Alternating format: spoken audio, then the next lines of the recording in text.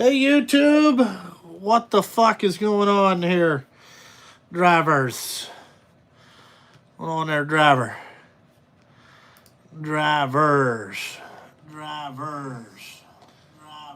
Whoa, turn that down.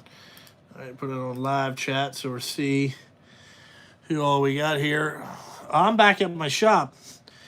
I am back in the shop. We are ready to go for 2022, off vacation, ready to fucking hit it here.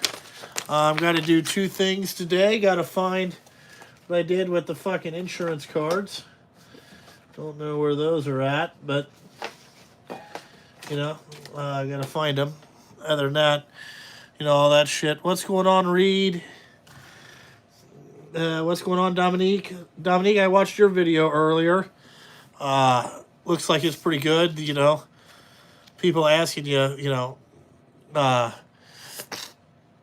about your other job. I kind of figured it out, you know, just on my own accord that you were, when you get your own truck and you got payments, you have to focus 100% on that.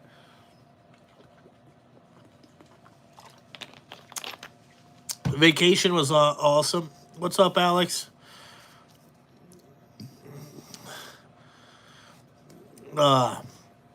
What's going on? What's up, Alex? YFZ Pete, what's going on? But I saw your video, Dominique. Looking good as always. Like I told you, you got no fat guy shirts. You know what I'm saying? So it is what it is.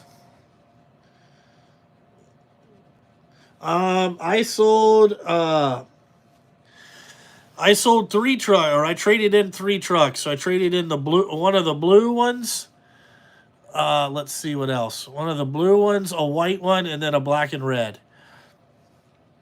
Yeah, you really do. Yeah, no, Dominique, you're right. You got to focus on your shit.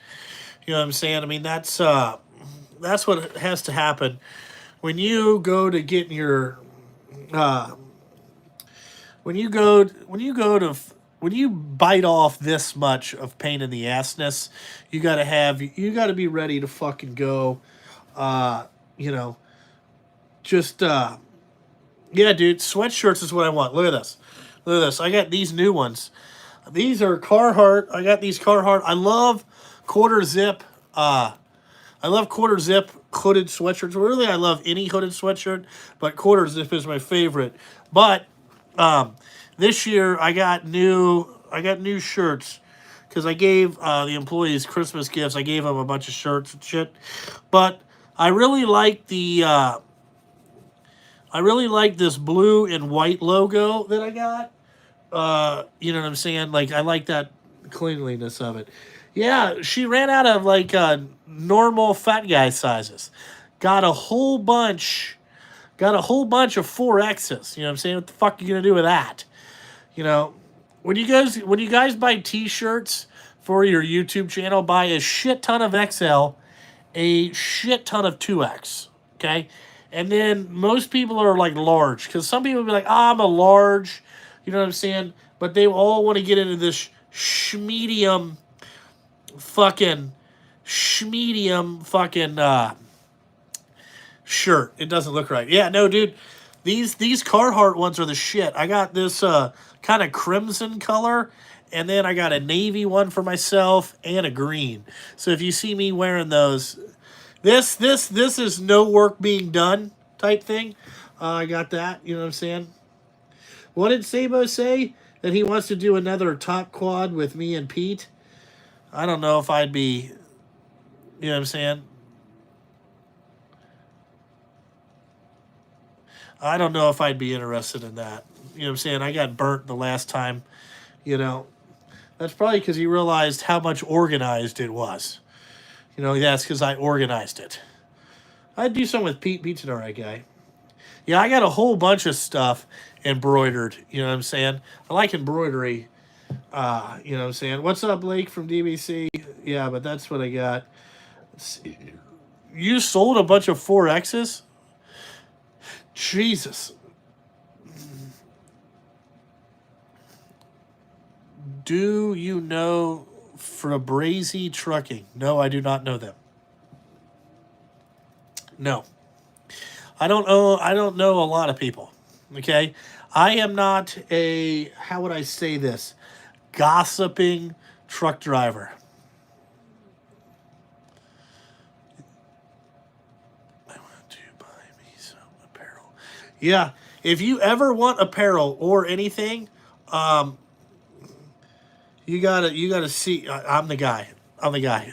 I'm on do something with Raptor Life. I was in Groom last week. That place sucked as usual. I'm never going back there. I don't think I'm gonna go back there again. It's too rough. Hate that place. Yes, actually, Zach was here this morning, and we got our whole race season figured out where we're going. I know that I'm going to do a lot of the IXCRs, but when we're going motocross racing and all that stuff, we finished that schedule. 2021 Peterbilt 389 dump truck. Yeah, yep, yep, yep. I know that I quoted some 389s.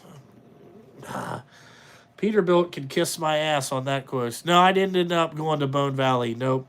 I got busy. What happened is my wife rented a golf cart and I rode around the island for 2 days. That was pretty good. You know what I'm saying? Whatever. Dominique, don't worry about it. Just get your trucking company up and going. You know what I'm saying? And then order shirts. Don't spend no money on stupid shirts when you ain't fucking working a goddamn truck. Get that truck working about a month, and then them shirts will be a drop in a bucket. I haven't started the YZ build yet. I'm still waiting on a shit ton of parts. I'm waiting on a ton of shit. You know?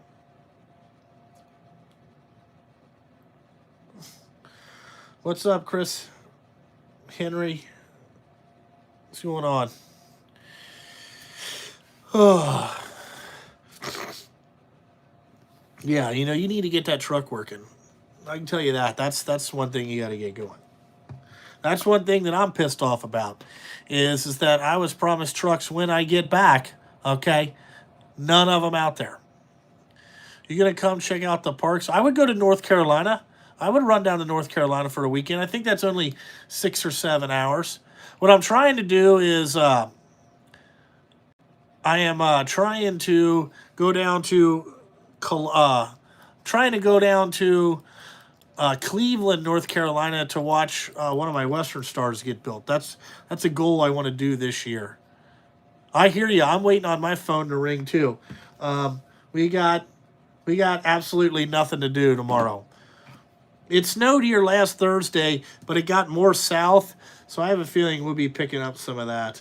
I'll get into the goals a little bit later. Nothing was broke when I got back. To be honest with you, all the guys did. Some of the people came in while we were off these 2 weeks, and they fixed a lot of the fucking trucks. Like fixed lights and all that shit. They fixed what they could. Alrighty. They fixed what they could. So there is a little bit of stuff to be fixed, but not very much. Well, goddamn, Bill. Well, I mean, we don't have that.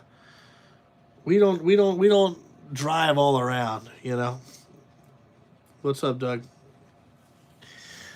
New York is a little far for me. I'm not planning on driving that far. You know what I'm saying? I mean, that's a little goddamn far. Listen, I just spent 14 hours in a car with my wife and 2 kids. Okay? So next week, what I'm looking for is I'm coming to the shop and I'm going to sit here in my office by myself for a week. Okay? And that should get my ratio about right on dealing with people. Because right now, my fuse is real fucking short. Real short. You know what I'm saying? Like, I'm not going to be in a chippy mood. All right?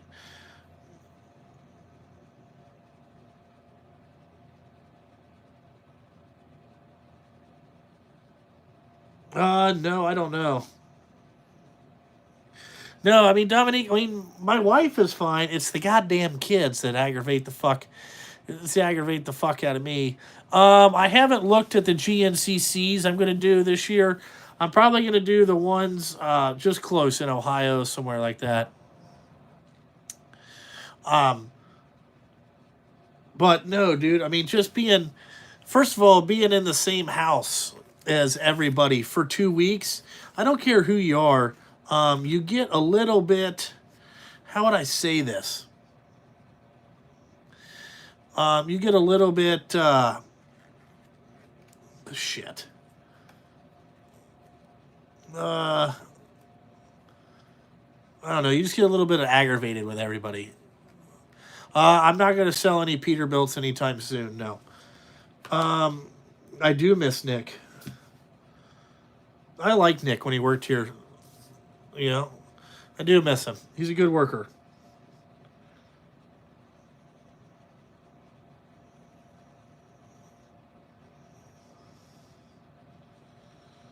Yeah. No, I know what you're saying.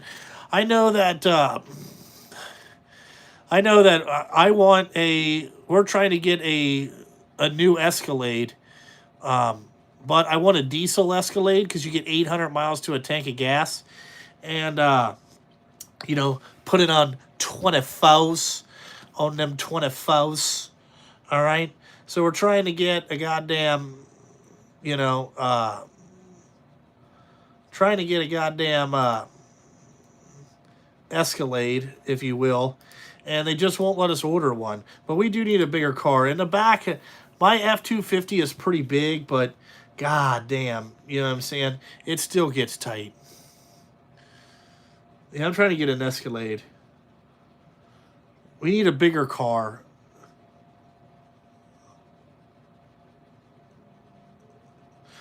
Peter, what we mostly haul in the winter is salt and stuff like that. I own 10 trucks as of today, but there is 3 at the tarp shop. Oh, there you go. Blake, after 6 months, you finally got your epic bedliner. There you go, Blake. It takes a long time, dude. There's so many places are fucking behind. But, yeah, there's supposed to be 3 trucks here Tuesday morning. Okay? We're going to find out Tuesday morning if there's fucking 3 brand new Western Stars sitting in here. My guess is it's going to be next Tuesday. That's what I said. You know? Yeah, so I got 2 more, coming.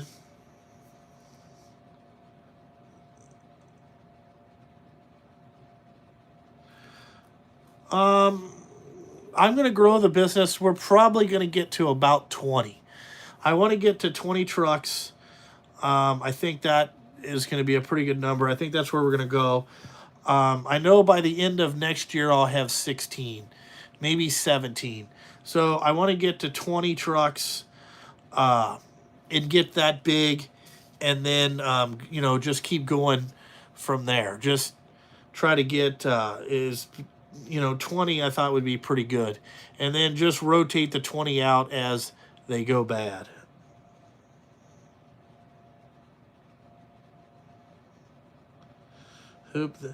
What's up, Larry Bird?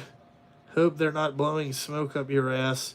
You've waited long enough. No, let me tell you, there has been a lot of smoke blowing. Okay? A lot of shit that, we couldn't find paint. And then, you know what I'm saying? We couldn't do this. Well, I'm going to hire a full-time mechanic. No, I'm not. I don't want to get as big as Ritter. You know what I'm saying? I think 20 is pretty good. 20 is enough. That'll put me. That'll be enough to where I want to have my goals.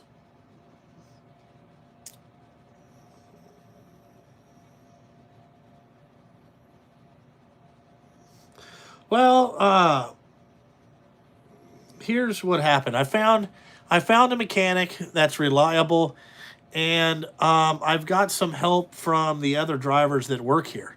So if I can get to where I can get away from this place and realize that here's what people need to realize in the 2022 season.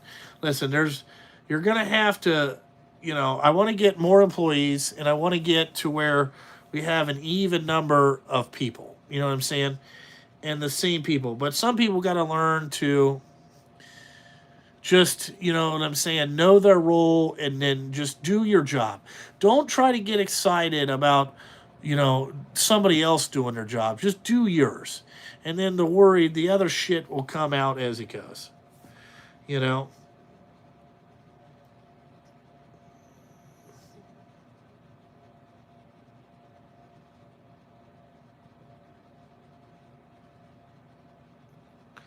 It'd be interesting seeing big truck companies try to mandate the shots. Oh, they're not nobody's mandating anything here. I'm in charge of that. You know?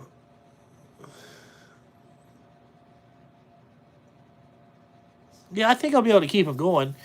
You know, I uh, I got plenty of work in the summer. Plenty of work in the fucking summer, dude. I mean, so much shit, it's out of control. That's not the issue. I got called twice of new companies wanting me to do stuff while we were in Florida.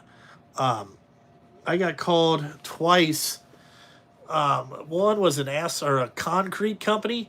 They do like I get a lot of calls on this personal, like doing a lot of stuff for like smaller companies that do like home dig outs and stuff like that. I told them, here's what it cost and all that stuff, but never really done anything like that. A lot of people want me to find places to dump shit, and I just have no energy in doing that. Like, I don't want to be involved in collecting a dumping fee, going to pay a dumping fee. I'm just not interested with that.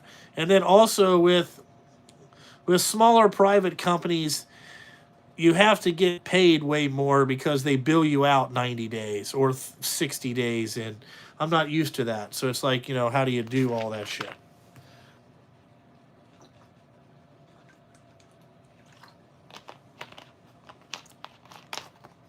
Well, there is no more service truck, so you won't be doing a service truck burnout. I don't own it anymore, and I haven't owned it in 2 months. What's up, Rudy?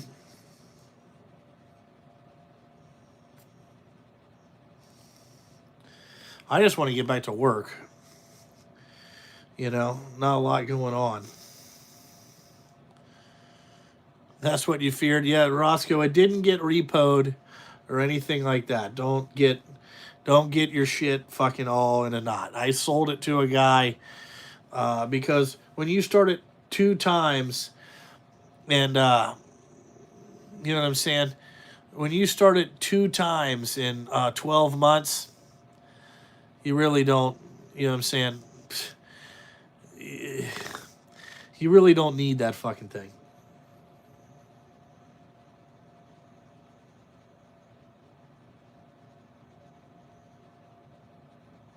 I did make money selling it. I did make money selling the service truck. Yep, I did make money. Now was the time to get rid of that. No, you can't have the new owner's information. It's actually out in probably Salt Lake City or Nevada. Somewhere out near there is where it went. You know? Yeah, you make money on that shit. So now wasn't a bad time, you know? Listen, all I can tell you is it didn't cost me a dime. And I owned it, would I own it? 18 months or something like that? You know? 18 months, I think.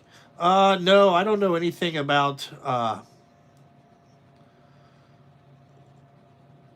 don't know much about like regular diesel pickup trucks. Did I find tires? Yeah, I found some tires. I have a whole bunch on order. They haven't shown up yet. They're kind of few and far between. What I will tell you is if you are looking for tires and your tire guy calls and says that they have tires, buy them. Buy them. Because it's going to be a month or two. It could be 3 months before you see another one. Yeah, that is the object, to make money. You know what I'm saying?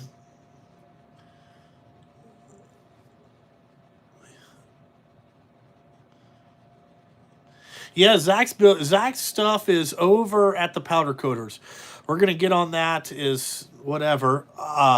I'm waiting on a set of Nerf bars from RAF Racing that fucking, so I can shit my shit to the powder coaters, Blake. But all his shit is at the powder coaters, and we're just waiting. The tools in the service truck are still sitting here. Yeah, Bill, I remember meeting your dumb ass out there too. You know, just an old stupid son of a bitch with a turdling. I had the turdling. Yeah, Blake, they are. The way the truck market is, um, they are, you know, they're worth more than what I bought them and whatever. You're exactly right.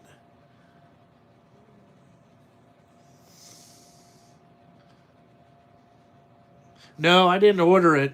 No, I ordered some KTM shit a long time ago, and it fucking, I don't know. They said it was supposed to be here before Christmas. I ain't got shit. That's what our shop did. We have 8 4 1/4 floats and 16 drives. Yeah, my cold storage on drive tires is getting pretty fucking low. Pretty fucking low. Yeah, Blake, I forget. Sometimes I just sit here on like a Tuesday and I just order a whole bunch of parts without calling anybody. I just fucking, order a bunch of shit and then wait for it to get here. I actually did get a YFZ subframe, so that's cool. We got one thing. That's the hardest thing to get.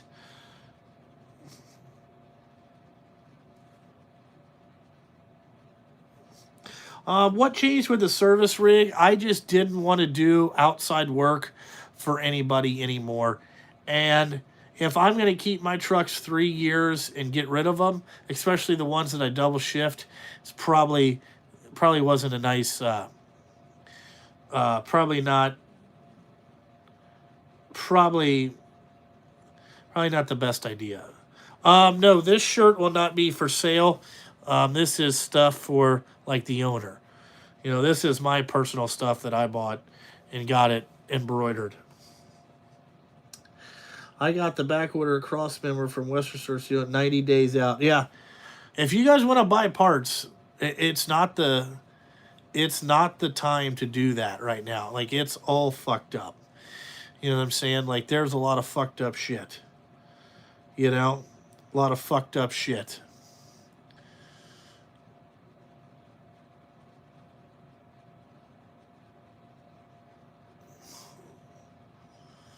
You see a 20 with 80,000 for 245 grand. Yeah, I saw the ones that were brand new this year, and it had like 80,000 miles on it. Dude wanted 244. I'm like, God damn. God damn, dude.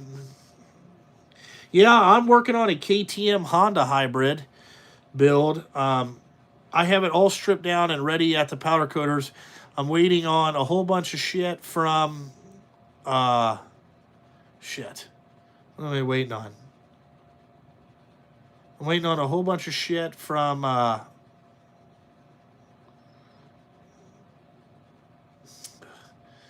Rocket Machine, and I'm waiting on my anodizing stuff to come back.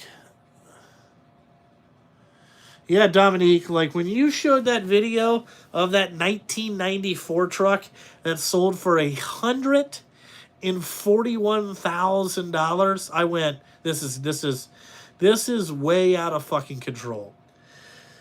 The biggest thing is you can't. No, it's a KTM frame with a Honda motor in it. It's gonna be pretty jazzy.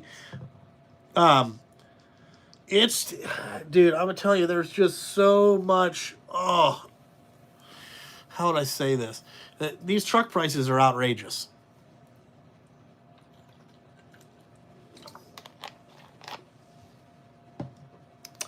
But a 1994 Kenworth should not sell for $141,000. No way. Especially a triaxle. Okay? No. I mean, I don't want to get all up in, you guys watch it, but I'm just saying, like, pre-emissions, pre-EDO. I mean, it's just, I can't believe it, dude. Fucking out of control.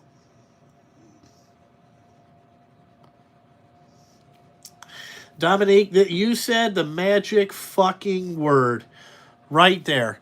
Okay? You know what I'm saying? You said the right. You're gonna do so good as a business fucking owner. You don't even realize it because you're fucking smart. He's right there. That's the fucking comment of the century right there. Truck rates have not gone off to make up for these truck prices. You are 100 fucking 20% real. Like you can't like here in Cincinnati, we need to be over $120 an hour just for an hourly truck. You can't. This is it's fucking. Before too long, I quoted. I sent out. I just wanted the newest one I could afford. That's what I'm saying, Dominique. Yeah, you just want something you can afford. But how was I gonna say? There is so much. It's just. The rate needs to go up so much. Like pretty soon, a 389 dump truck that you buy from Peterbilt is going to be 300 and it's going to be 300 grand brand new. That's unsustainable. It's crazy. Nope, I still have the 2020. That's what's going in the KTM. You got to get more money out there. Or I don't know where you are at, Toby, but 130 is that's pretty good money.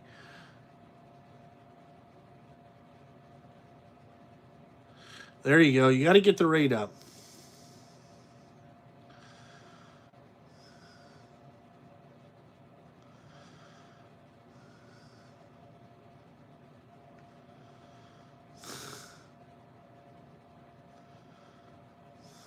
Yeah, I know, Bill. And that's the hardest thing is trying to get them to raise it because it's fucking ridiculous. Yeah, Dominique, your shit. I mean, for what you paid for that, I mean, god damn. It's just ridiculous.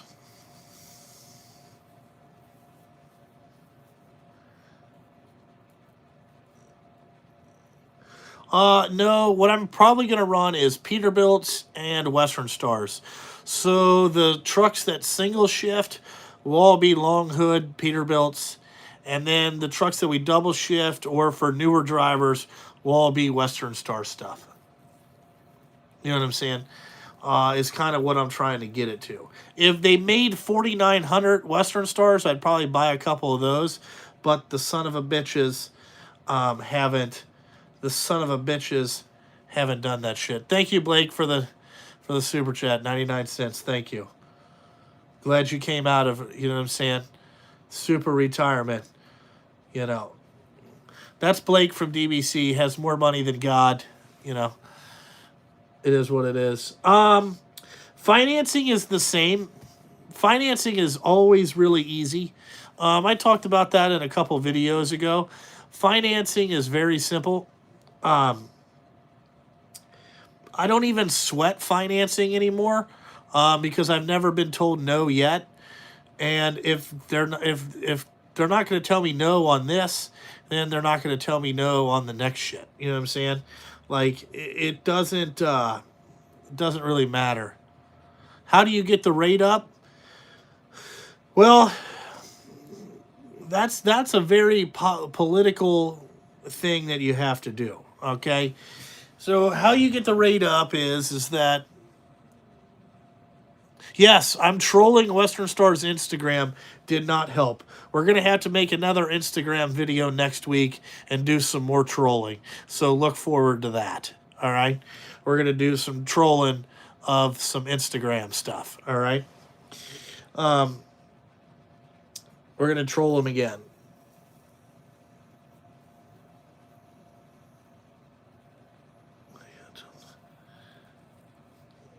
Dominique, I have not been told no yet. I mean, did you get told my first ones? Nope, I didn't get told no there either. You know, it's different. Oh, the roads were fine coming home. What was I gonna say? Yeah, I did that. I can't believe you got told no. Yeah, hashtag get junkies some 4900s, man. It's fucking stupid. Okay, so how you get the rate up? That's a political thing. Okay, and really what you have to do is you have to get enough truck owners together that says, hey man, we're not going to work our trucks till you get to the rate to this.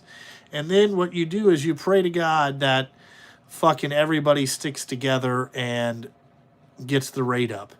Now, the problem is that there's going to be one asshole that will not, he'll say he's going to stick together, but then he crosses the line and, goes to work and all that shit. And, yeah, and then it's game on. And then the 5 or 6 guys that are holding out, you just got fucked.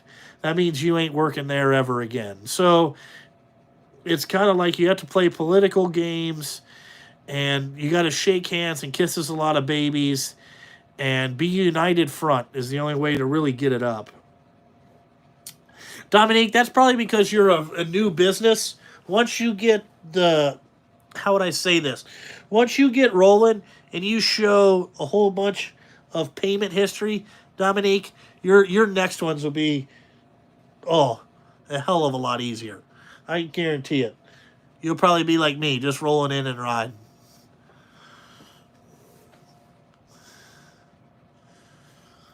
You don't need a union to get the rates up. What you need is a conglomerate.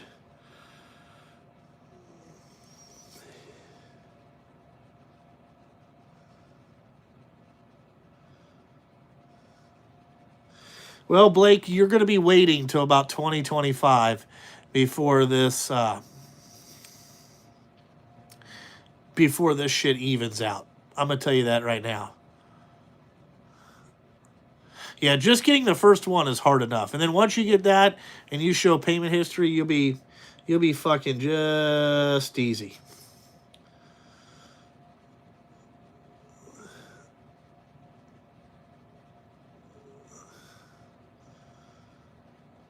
You have to be bankrupt by 2025. Probably right, Then hopefully I don't have to pay my shit back. If we're bankrupt by then.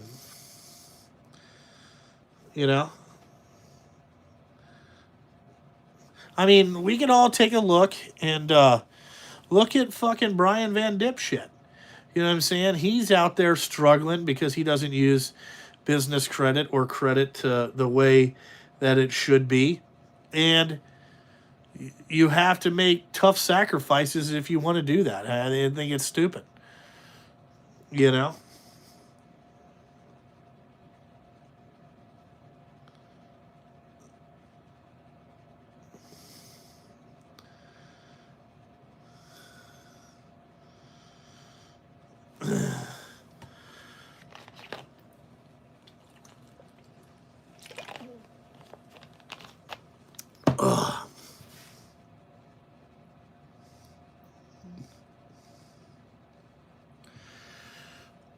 I don't know that much about unions because the only one that I was ever in, I got kicked out of. So it's kind of like, it is what it is.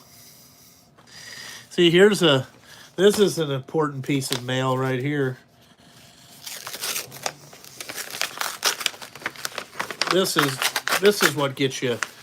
This is an expensive item right here. Just this thing right here. That's fucking $1,800 for that motherfucker. Jesus Christ. Gotta put that on a truck. PW 2400. That's fucking awesome. That's a good number. I like that number. Your company can now mandate overtime and you don't have a pension. That sucks. I keep my trucks about three years. Anywhere from 36 to, if it's the truck that I'm double shifting, 36 to 20 or 40 or 36 to about 50 months. And then, the loans are either 60 or 72. So,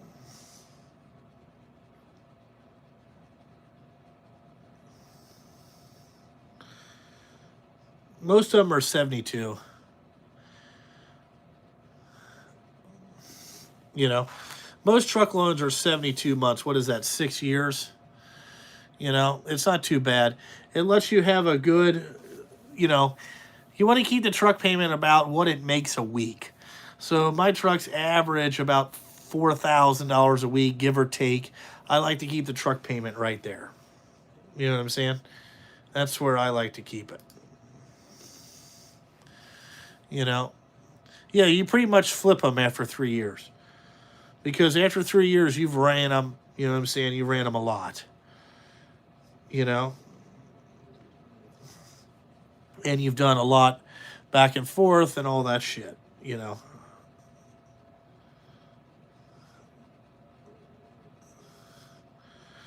I'm not getting a utility quad. I'm thinking about getting I got a little TRX 90 out there, and I'm thinking about getting like a golf cart type thing. Me and my wife have been looking at golf carts because the kids like riding around on it. I'm not basically leasing them, I own them.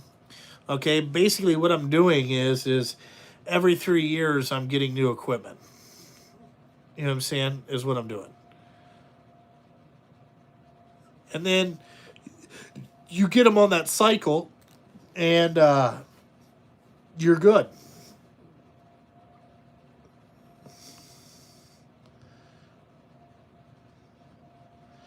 Yeah, you turn them in, see the maintenance cost is down. Yes. You turn them in. So what you want to do is have a constant rotate, because what you'll find is as a dump truck gets about 300,000 to 400,000 miles on it, they start costing you a lot in maintenance. And you can't have a $4,000 a month payment and spend a lot on maintenance. If you look at any successful trucking company, they pick a number, okay, and whatever they do, that is, you just rotate them in and out, okay. If you look at people that have been kind of bigger companies, that's how they do it. You know what I'm saying? Yeah, sometimes you keep them. Just depends. Like, you know what I'm saying? Like, I single shift a bunch of trucks, so I'll keep them longer. What you want to do is get some of those out of payments, and then you have less on payments. The problem that I have now is I'm trying to expand so fast, I have to have all 20 or all 10 on payments, which is no big deal. You know what I'm saying? It is what it is. Yeah, Toby, you're always going to have a payment, okay? So if you listen to people that in the trucking business, okay, that are intelligent, okay, either you're going to have a note or you're going to have repair bills that equal that note. No matter how you look at it, a truck is going to cost you $30,000 to $40,000 a year to run it, whether it's brand new or 10 years old. It's going to cost the same every time. So, do you want to fucking have some personal time, or do you want to spend your entire weekend fixing a bunch of dumb shit? Okay? You got to ask yourself that. What do you want to do? What do you want to do? And, once you get to the point that you decide that, oh, fuck, I would like to spend time with my family, you'll be in the same position that everybody else is, and you gotta fucking, do whatever. Yeah.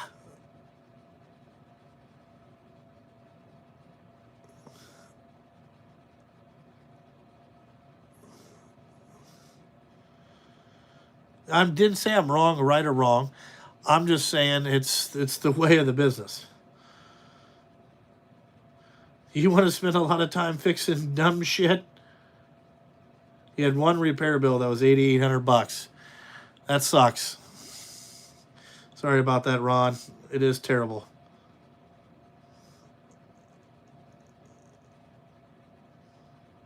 I use the Chemex stuff. It is from Boston. A guy named Bob sells it.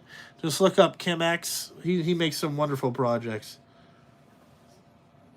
Junkie, is that the reindeer or what is that?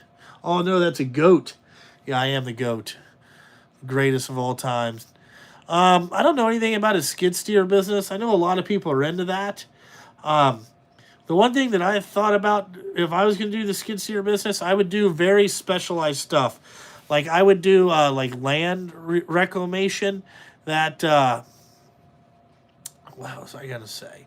Like where you got the forestry attachment, because not a lot of people have a forestry attachment, and you know what I'm saying. Uh, that's what it is. You want to that's because you can get like $200 an hour to do that shit. That's on your 2016 Pete. Yeah, but Ron, see, you've owned it. Um, so you haven't beat the shit out of it. When you get drivers in it, man, they tear the fuck out of everything. They just don't give a shit because they don't have to pay for it.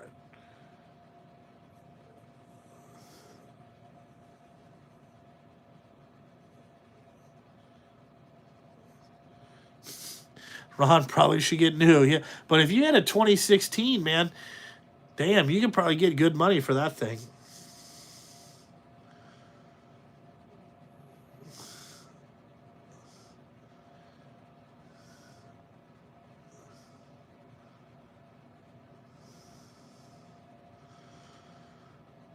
Um, it's hard to find drivers, but it's not hard to find drivers.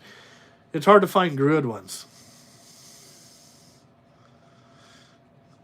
Yeah, some drivers don't tear up shit, but let's just say that about 85% of them do. And you're right. On the skid steer thing, you know, like you're right. Every new goober will be down there doing something for free, you know, because they just don't know. So you just got to figure out what you want to, you know what I'm saying? Like, I'm not saying what's right or wrong, but, you know, I know what I'm doing. It's not very good. It's about $90.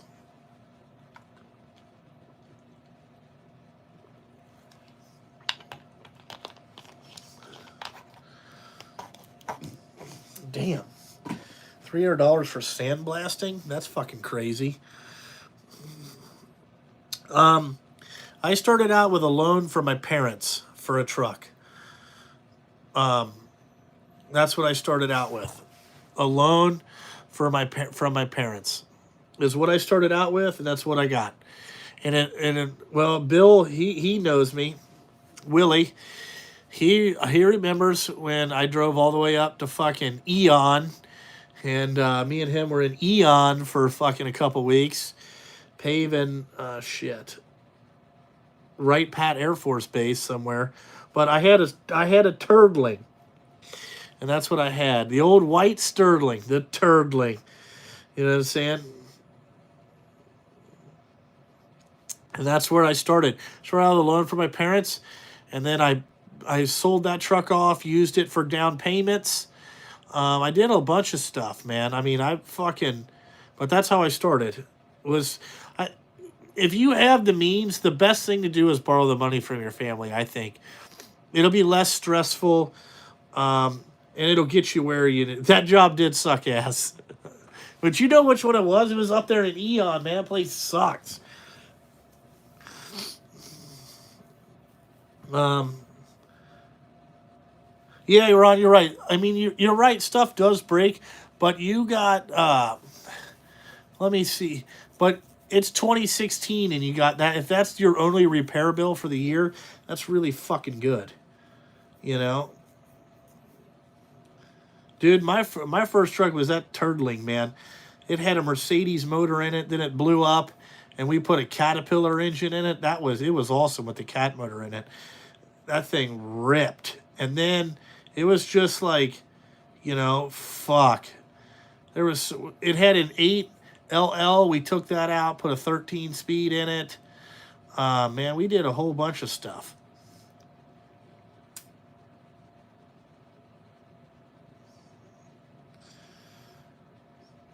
But yeah, man, that truck was, whew, man. I think I only paid, I paid 10 grand for a Caterpillar engine. I think it was awesome.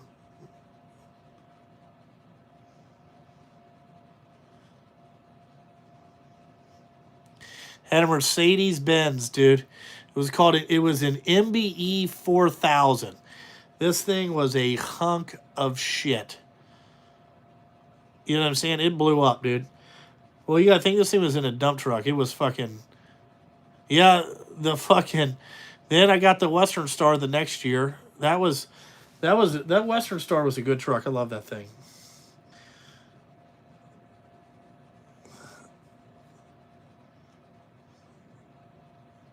Well, there is no 2000. There's a 2007 would be a 379, not a 59. The C16 is a good motor. If I could have 100 trucks, no. I'd not have 100 trucks. I couldn't work 100 trucks. That's a lot of fucking trucks. We flopped the Western Star on its side. I did see, if you look on truck paper, the truck that got totaled this year, a guy bought it and he rebuilt it to sell it. It's got a salvage title, so it's got a rebuilt title, and they want 157,000 for it. They had to put a different bed on it because I know it's got a different bed and all that stuff, but it's on truck paper right now.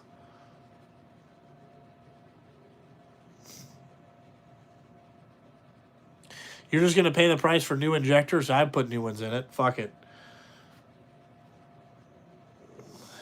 But those Mercedes engines, man, it had zero balls. I think that thing had 1,400 foot-pounds of torque. That thing was a turd. That's why I called it the turdling, because it just would never get out of its own way. Well, I'm going to tell you right now, that thing ran day and night.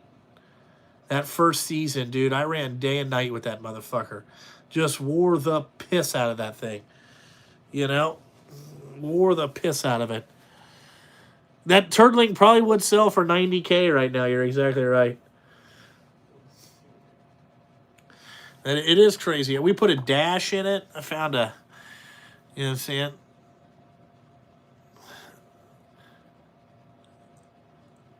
Yeah, but I mean, you can't. You got to have 157. You can't finance that rebuild title.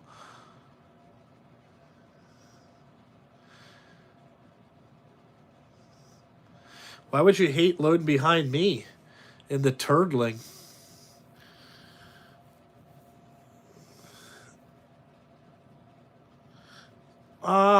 I've never caught them beating on the trucks, but I know when the shit, you know what I'm saying? Like when they get a case of the red ass and all of a sudden the truck breaks or it gets a flat tire. Yeah, come on. You know, doing donuts in the snow, that'd be kind of fun. I would try it. Oh, turtle speed. Yeah, the turtling did not run good. But once I put the cat motor in it, dude, that thing would fly. Fly. Hopefully it'll straighten out the C15 issues. Yeah, hopefully.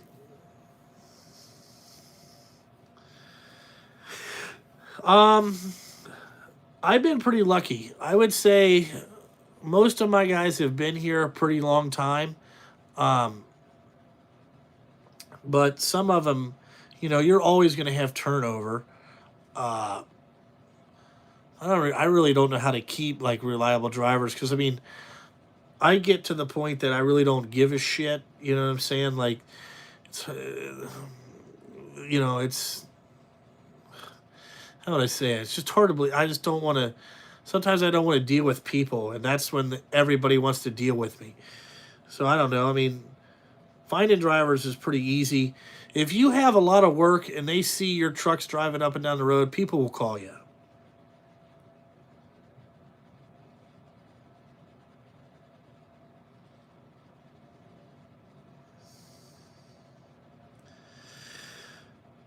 Well, we got in Lexington, like driving back, that's like an hour and a half away. They got 9 inches. We up here, I would say we got a half an inch. Because I know yesterday when me and the wife got back, the roads were white. And I mean ghost white.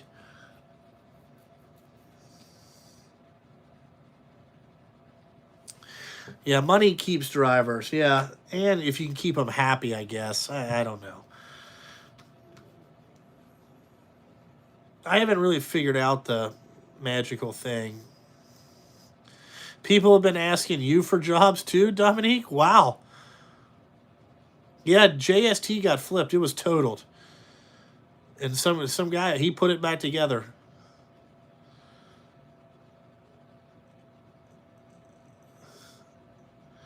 I can't believe people have been asking you for jobs. Man, Dominique, that's pretty good. Maybe people want to come to work for you.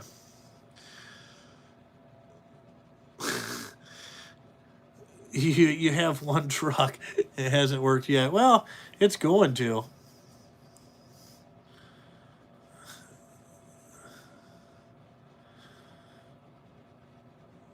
Yeah, that is true, Blake. That's one of the problems. If you try to keep them happy, then they walk all over you. Yeah. Yeah, a little salt keeps us going. Like, I called one of my landscaping buddies, and I was like, God damn, dude, you got the Kroger's parking lot down here white as fuck. And his exact words were, yeah, dude, this is the first year I've had my own salt on site, so I got a little excited, Justin. I got a little excited. I was like, okay. I was like, all right, whatever, bud.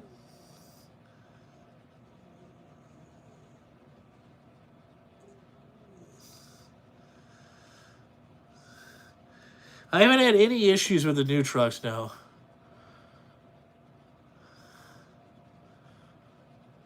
Yeah, that's Shooty. My buddy's Shooty. Yeah, because he just got stuff dumped on his site, dude. And I was laughing. I was like, Shooty. There, because usually Shooty is, how would I put this? Shooty, he's got alligator arms. Okay, and that's what I mean by that is, like, his arms can't reach around to touch his wallet. That's what I call people that won't ever pay for anything or, like, are kind of tight asses. I call them alligator arms.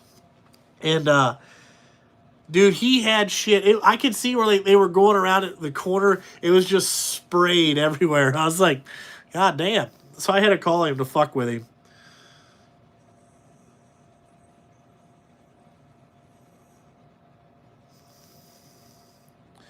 Dude, the Thunder Chicken has been pretty awesome.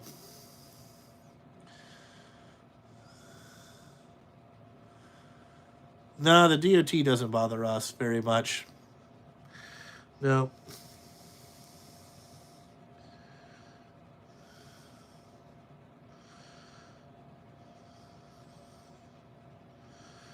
Well, I don't know anything about California because I don't go out there. Yeah, I'm back from vacation and I'm ready to, do whatever. Back from vacation. Really wanted to get these new trucks here. So today I'd be getting them. Today and tomorrow I could be getting them ready for working. But, that ain't happened. That ain't fucking happened. The DOTs are jerks, but that's why I also run garbage. Oh my God. No, the DOT guys don't really bother me. They just give us our overweight tickets and go on down the road.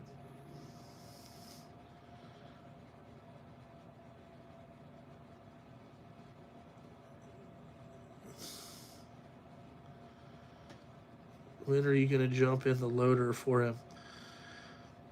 I'm not jumping in any type of loader.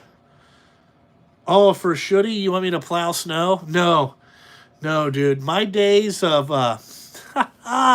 my days of snow plowing have came and went. Okay. I'm not doing none of that shit. I laugh. I laugh when they have to go out and do it at like 3 or 4 o'clock in the morning. I laugh. I'd fucking laugh.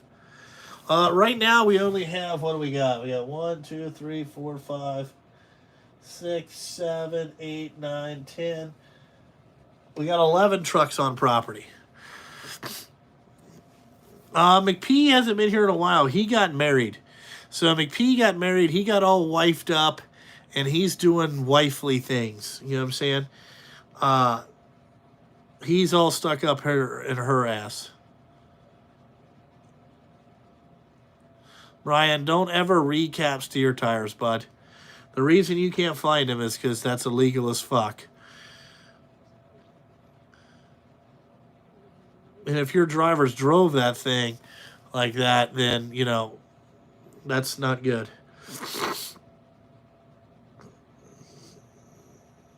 T-Rex arms. Yeah, dude, T-Rex arms.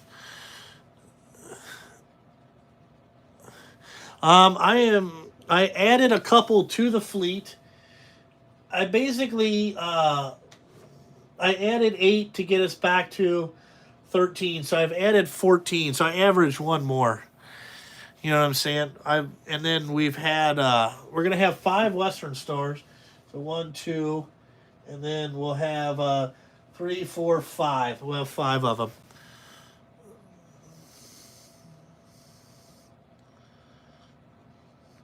Well, I can't tell you because I don't have 2 trucks that are equal the same.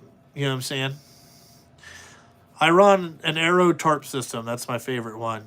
I'm actually working on a bigger board. That is, it's at my house.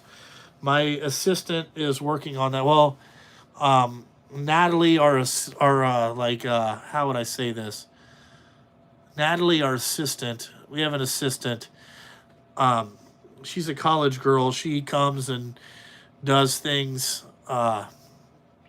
for us. Like she does. She's basically my wife's assistant. My wife has a personal assistant, and she does stuff for us around the house. Is what it is. It's awesome. You know what I'm saying? Yes, they do. I don't think Carla's coming back.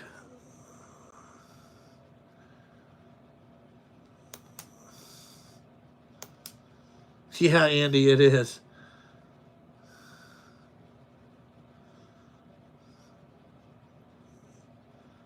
Wow, I did not know that.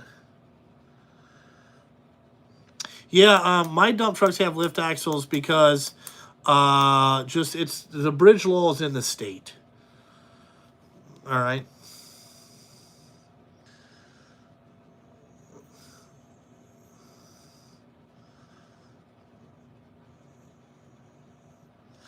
Well, Brian Van Dipshit, just because I have a question for you,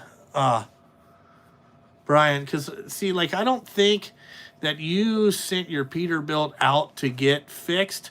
I have a feeling you got red tagged by a DOT inspection. That's my thing because the stuff you were explaining is getting fixed is like stuff would get written up on the side of the road. You know what I'm saying? So like I'm figuring, is that what happened?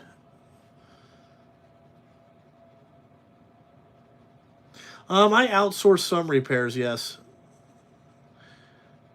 FedEx may run recaps on drives, but they don't run them on steers. It's illegal to run recaps on steers. That's illegal. But apparently, some dude said Republic runs them on theirs, but their rules are no more than 60 miles an hour and whatever.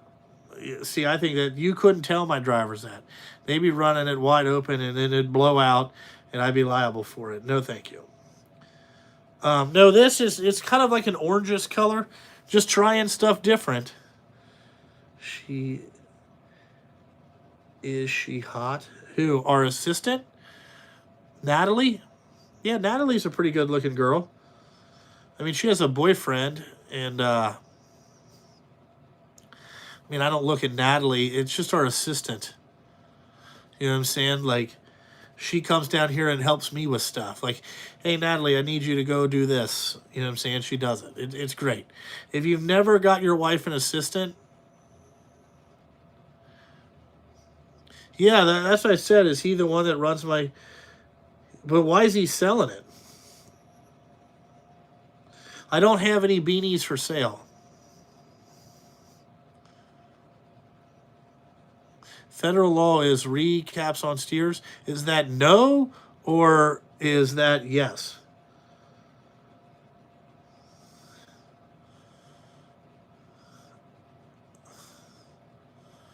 My assistant get pays. I think she makes like $20 an hour.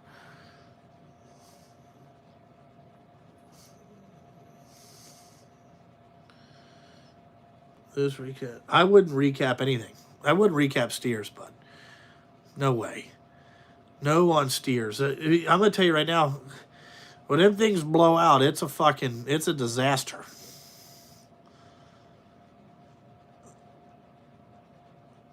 Our nanny is only 2 years younger than her husband. See, did you guys get one, Dominique? Like a nanny, or did you get or just an assistant to help? You know what I'm saying? Like, our girl does like our laundry, does her dishes. Whatever my wife asks her to do, she does. She comes 3 days a week. It's fucking awesome. You know what I'm saying?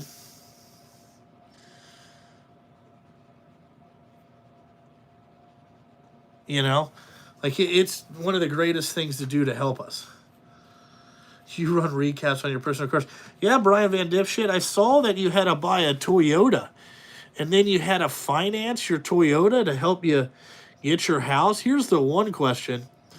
Is that I can't really put you in as like a truck owner per se, because every truck owner I know owns a diesel Ford pickup truck. You know what I'm saying? Like, every one of us has a diesel Ford pickup truck. But, like, you know what I'm saying? Like, you're not even in the same league. And then you go out and buy a Toyota Tacoma Pro. All right? And don't tell me it gives good gas mileage, because, dude, my mom has one and it's called the garden truck. Like, she has a Toyota Tacoma and she uses it as a garden vehicle. You know what I'm saying? So, like, you got a full-size truck, man. You got to you got to jump up in that game. Oh, yeah. I have a nanny. She's going to be my assistant. She works about 10 hours a week. She may have to come. Yeah, that's what I'm saying, Dominique. That's what, our girl comes awesome.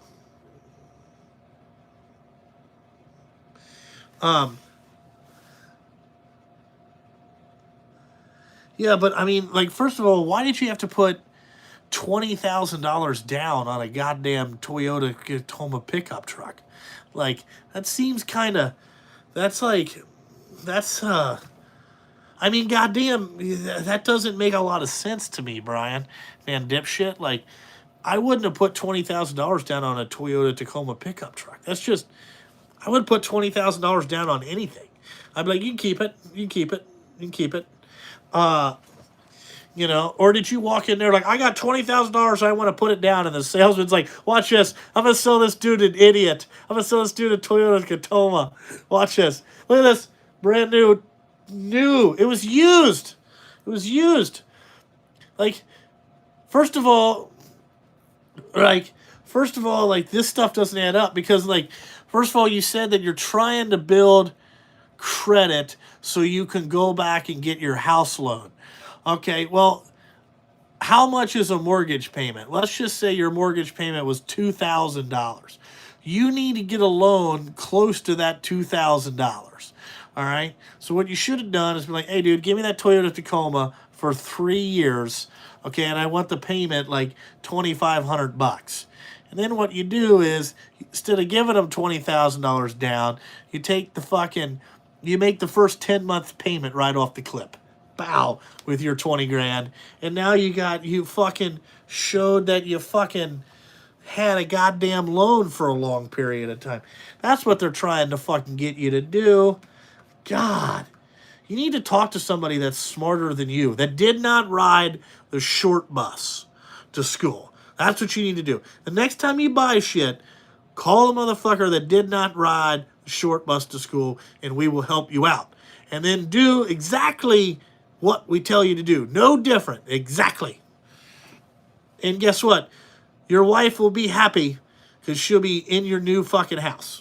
Okay? Because I know that I just signed the paperwork for our construction guy to fucking, we just signed ours, $857,000 fucking dollars. All right. And we're trying to go through a bank loan process. So I know all about it, but, you know. Yes, it would be, but it's not in your personal name. See, that's what happens. See, here's what happens. Like, I'm sure that Dominique is going to do this too. When you guys open a business, whether it's an LLC or whatever, you have to pay yourself a fucking salary, okay? So let's just say that you own a business and it made $500,000, okay? Now you need to, okay, you need to pay yourself, let's say you pay yourself $50,000 a year. You take $1,000 a week for 52 weeks. That needs to be coming on, you know what I'm saying? Yeah, houses out here are cheap. This is brand new. This fucking thing is massive, but whatever. I'll show you guys the house, the house thing once we get it all done. Because I mean, the only thing I could buy 8 more fucking dump trucks, but getting this fucking goddamn house loan, they're gonna crawl up in me, ask me for like probably a semen sample, a blood sample. They're gonna ask me to dig up my dead grandma to get her blood sample and some fingerprints. Who knows? It's out of control. But we are pre-approved for a mortgage at like 1.4 million. So I think that this 800,000 kind of be no big deal. But that's just my guess. But and we have cash down and all that shit, so it's no big deal. But anyway, but I'm just saying, so like when you own a business, an LLC, okay, you need to pay yourself $1,000 a week, okay? And if you want to bleed a little bit more money out of there, let's say your wife doesn't work. Well, you put her as like an officer of the company and you give her $500 a week. That means that you guys have $1,500 a week coming in minus your taxes. That's your gross fucking, that's what you got to, that's what your monthly income is. Don't worry about, you know what I'm saying, whatever, because you could make draws to make up for that or do member advances or whatever you need to do. But you need to show yourself to pay yourself. Now, why do you need to do that? Because if you ever try to go get a home loan, a personal credit card, a personal fucking anything, you need to show that you have income just like every other motherfucker in the goddamn world, okay? You know what I'm saying? And that's what a bank looks at. They're not looking at your fucking credit score or any of this other bullshit. They want to know how much money you have in, and your debt to income ratio personally cannot exceed 48 fucking percent. Okay? So that means that they don't like to give you money when it's 48 fucking percent. So let's say if you bring in $10,000 a fucking month, free and clear, okay? They don't want to borrow you money if you have more than fucking $4,800 going out a month. That's where it gets kind of considered. It's called debt to income ratio. It's a tool that they use.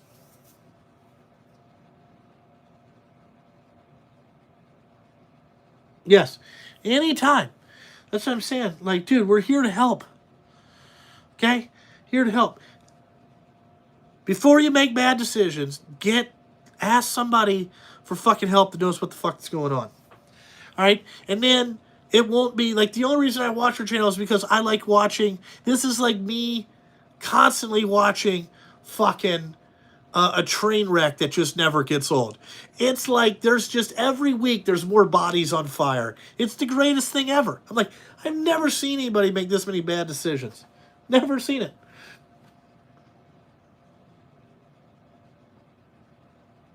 Well, see, the Peterbilt, yes, you are a W-2 employee. Thank you. Thank you, Dominique. Smart. You're going to pay yourself a salary. And you know what else? You pay your husband a salary as a mechanic working on the business. It doesn't have to be what he makes every week, but it's fucking what... It's just a little part so you guys can show income, and you're moving money around. You're paying yourself. You're doing this. It's fucking... You know, god damn. You know what I'm saying?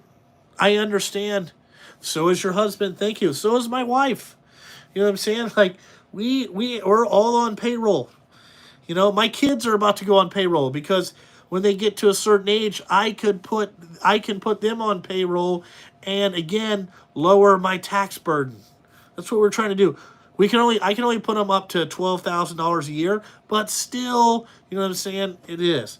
The reason the Peterbilt loan does not go against it is because that is business credit. Okay, that is different.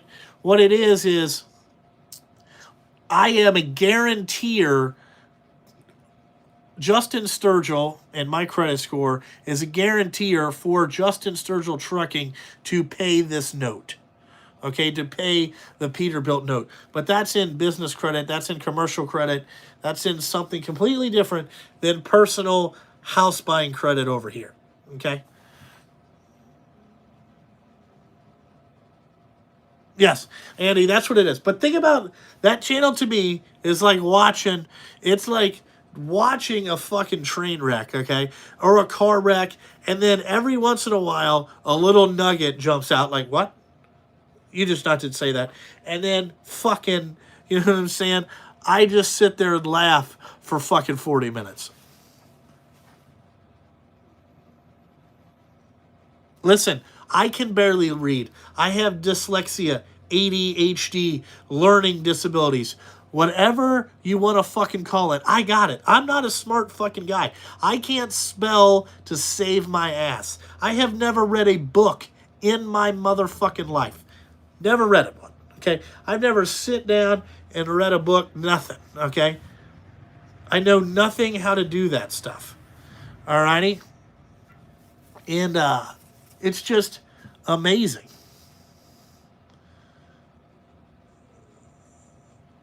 Oh, dude, it's funny. You know what I'm saying? Dude, I can't spell. I've never read a book in my life.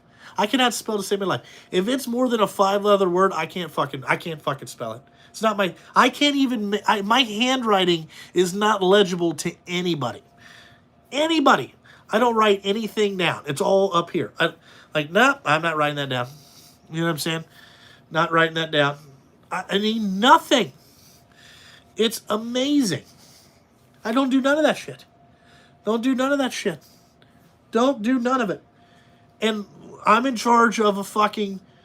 This year we did break the $2.5 million goal. That was great. We got to almost 2.6, but next year I want to get to 3 million. So I got to figure out how to get to $3 million in sales. That's what I want to do. I want to be between $3.5 and $5 million. And I think at 20 trucks I could do that very comfortably. That's where I need to be. That's where I want to go. That's where I'm trying to go.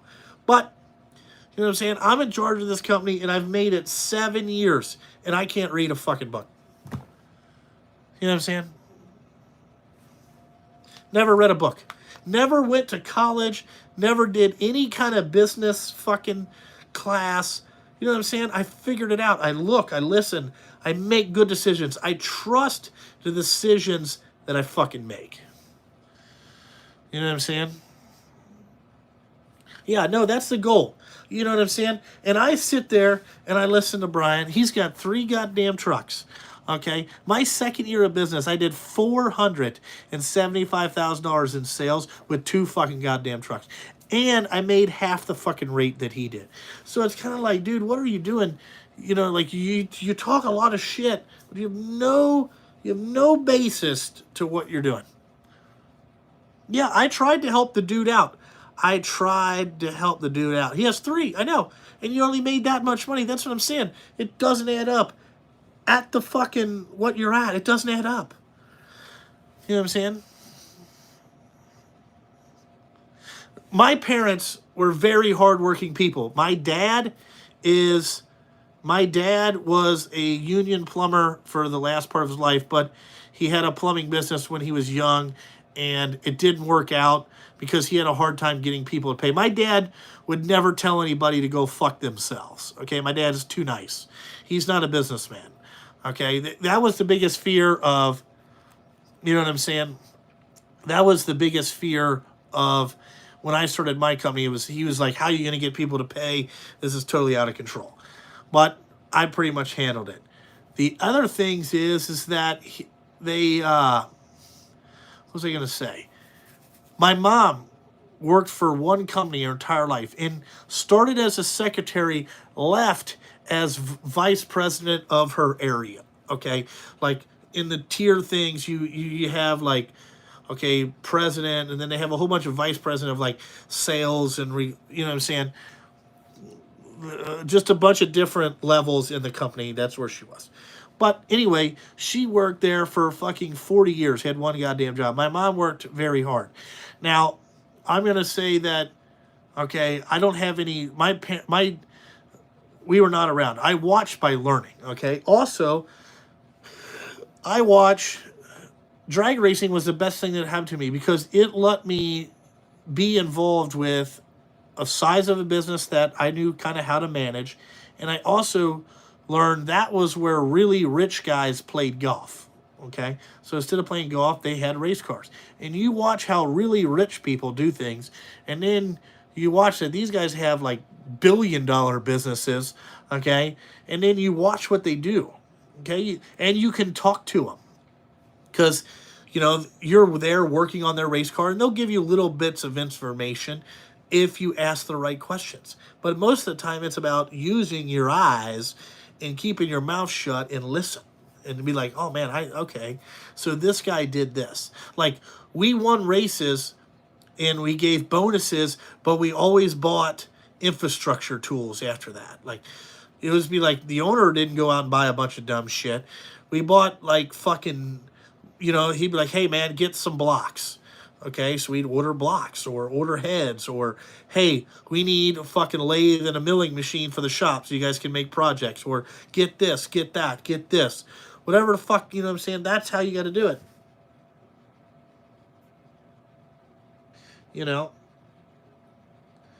So, I mean, my parents didn't really teach me a lot of stuff. I learned from watching, okay, and asking a lot of questions. Now, my mom's completely the opposite. She wants to write everything down and read every book that you can get. I can't do that because, you know what I'm saying? I don't know how it is. Yeah, I wonder the same thing. But again, that is somebody, here's the difference. Here's what it is. Remember, in this business, all this shit that I got here is a tool. Okay? And I can't be emotionally attached to it at all. And I have to separate myself from that because I get a little emotionally attached to my trucks. They're like my children. I build them. I thought about how to put them together. I care about them. Very, very into that. But I got to remember, I got to separate this shit. It's just a tool. It's a meaningless to the end. That dump truck is no different than the wrench. You know what I'm saying? Sometimes you gotta wear some shit out to get to where you need to go. But it's just, it's the point that it's like, what do you want me to do? You know what I'm saying? So that stuff, you can't get emotionally attached. Brian is one of those guys that here's where he runs into. Here's this problem. Is that he has to wake up every morning and see his shit to feel like he's successful. And the reason he started a YouTube channel is I think a lot of people picked on him. You know what I'm saying? And he didn't have very much money. Now he wants to over-exist of like how successful he is when he's really not that successful. It's a psychological issue. That's why he did a stupid decision of selling his house because they basically told him, hey, you can't park your trucks here. Go get a commercial space, dude. Are you going to play dump truck owner or are you going to be a serious dump truck owner? That's one thing that you got to get. And plus, you don't want your employees coming to your house. You just don't want it. You want to keep them away from that shit. You know what I'm saying? You want to keep them away. You want to keep them to where this is the shop and this is business and this is my personal life. Two totally different things. Some people have to get up every day, and that's the way that they're motivated, is to see their accomplishments. Do you understand what I'm saying? Like, they have to, for him to get up every morning and to keep moving forward, he has to see, like, look at all this shit. Look at this shit. This is all my shit. And it's like trying to, that's why he doesn't do very well with drivers. Okay, I'm surprised the Brandon guy's been there very long. But, you know what I'm saying? I think Brandon just ignores him and goes about his day. No, I do not own my own shop. Listen, shops don't make money. I'm not ready to buy a shop yet. I'm not really ready to invest $5 million into like a building. You know what I'm saying? Like because I'd want 3 bays and then enough stuff to park outside. I'm just not. I don't want to spend that type of money right now when what I should do is get to 20 trucks and then figure out how to, you know, get a building later. Because where I'm at right now would be stupid to leave. It's a great location. My landlord does not bother me ever. They actually use my trucks. You know what I'm saying? So like, I'm trying to diversify and get a truck for them next year so I can work with them every day. So you know what I'm saying? Like, I'm doing a lot of things to diversify where we're going. But you know, it's like fucking no big deal. You know, like, why leave here when the rent is so low it doesn't matter? It's almost free to stay here. You understand? Well, I don't own $15 million to the bank. I don't own that much. Okay, actually, I owe less than, you know what I'm saying. Like, we've paid a lot down on the things. You know what I'm saying. So like, listen, you know, we're doing all right. I have 2 customers I'd say are 50% of my business. They're equal.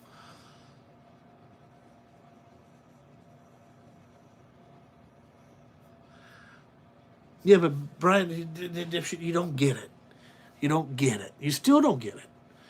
You know what I'm saying? I don't want you living in a fucking 19-foot Jericho. You know what I'm saying? I think that's wrong. Okay? And you make enough money that you shouldn't have to do that, but you do. And it's so stupid. So stupid. The emotional damage that you're putting your children through is amazing. You know what I'm saying? Yeah, when you go on YouTube and call yourself a legend, that's bad. That is bad, Andy. I forgot about that. That's another one of those nuggets. And you're just like, what are you doing? I know I don't waste my breath, but I'm trying to help, because really what I don't want is, that's why I like the Country CEO's channel. That dude, he's in the trucking business, and he's said the exact same shit that I did. You know what I'm saying? And he lives in Louisiana. I never met this guy fucking for whatever, but he knows how to fucking do whatever. Yes, Marquise is still driving for me. Yeah. You know what I'm saying? Like, I don't want...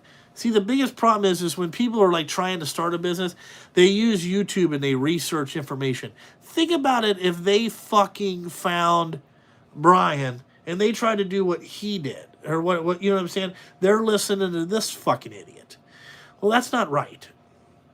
Okay? Because them people are going to be in a world of fuck. They're going to be hurt. They're not going to be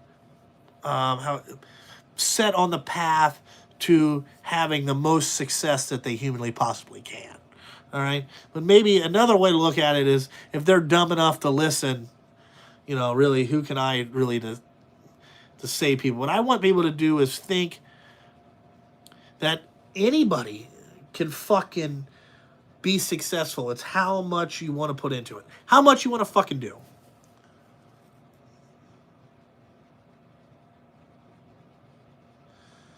Yeah.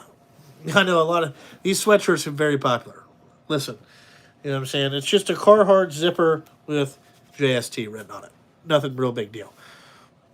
But when that's like the Country CEO channel, he's doing a lot of stuff. He understands how the dump truck business works, what to do, what not to say. You know what I'm saying? Like, that type of stuff is very, very fucking important.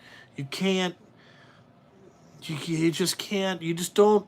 If you want to put information out there, it's got to be correct information. That's what pisses me off about a lot of people when they lie and they cheat.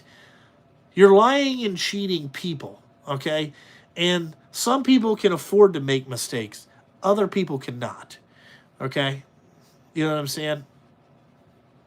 That's like when I reviews tools. I gave them the honest review. If your tool sucked, I would tell you this thing is a piece of shit in the video and do not buy it. If somebody else fucking knew it was a piece of shit. That's why I called out so many people, because they knew it was a piece of shit, but their greed, okay, got ahead of them making the right fucking decisions. And you should never let greed control whether you're going to do something. You know what I'm saying? Fucking totally stupid.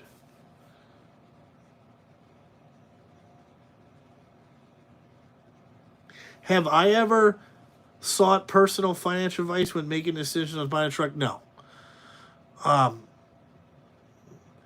know pretty much how, financing works. I mean, I'm pretty into it. But I know this. Okay, I look at bottom line numbers. I look at gross numbers. I don't really look at profit numbers all that much. But what I do look at is just remember this. If the only way for me to expand my business is to run, there's two ways. I can run night shift with the same trucks, okay? Or I have to get more trucks. So when somebody says, Justin, you need to make more money, okay, well, I need to go out and invest $500,000 to make, let's say, $300,000 that year. So the investment cost of owning a trucking business is so high. You know what I'm saying? You know what I'm saying? It's so high. Like trucking business is always going to flirt on the line of you're not going to have these huge profit margins because of fuel and all this other bullshit. So that's why it's easier. Like sometimes personal banks are really not good at getting truck loans. You want to go through truck loan people because they're going to look at your numbers a little bit different. They know if they give you another truck, they're going to your revenue is going to increase. You know what I'm saying?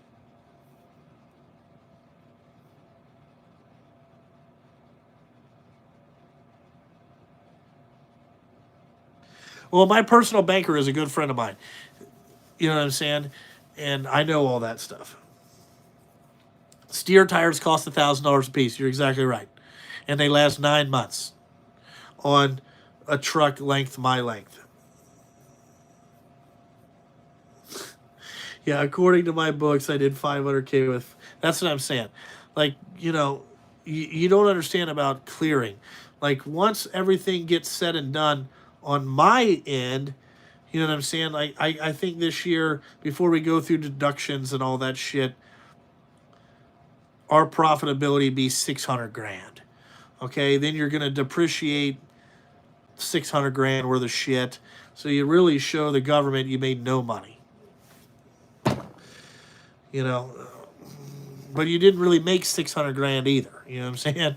Because it's not like I got 600 grand just sitting here. It's just, sometimes QuickBooks does not add it doesn't add some stuff in there. Yeah, banks don't look favorable on startup truck companies. If they've been in business over, I think 3 years is when they do shit, but over 5, they really is okay. Both their powertrain warranties are the same. Let me go get something to drink here. Rates and fuel is the problem. You're exactly goddamn right. If they would raise the rates,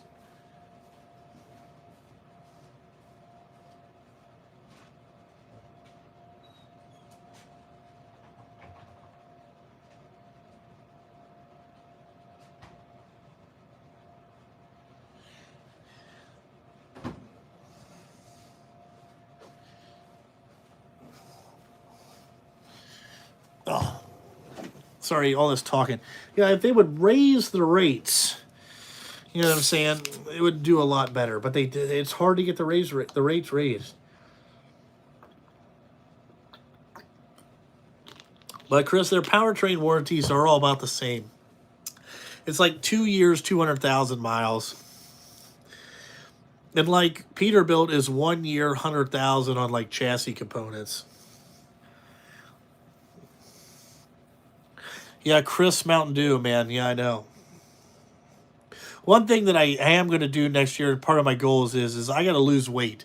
I am pissed off about how fat I got, but I think a little bit of it is that I haven't been doing as much, and I quit smoking, and I knew I was going to get.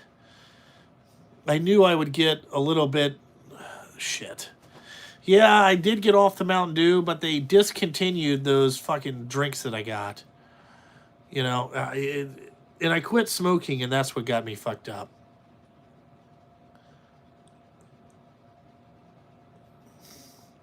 Yeah. Well, if you're going to be. America's not going to go bankrupt. They're not going to let us do that. Beat the kid. That'll get you moving. Yeah. Warm in the winter, shade in the summer. What do you mean by that? All right, Diabolical. I'll see you later, man. If you got to go somewhere, that's cool. The Western Star dump trucks are doing really well. Doing really well. You know what I'm saying? They're doing pretty good. You know, not a big deal.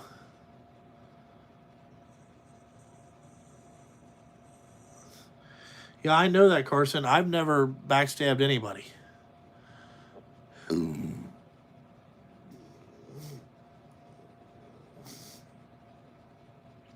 Yeah, I'm still a Snap-on's biggest fan, but I will tell you this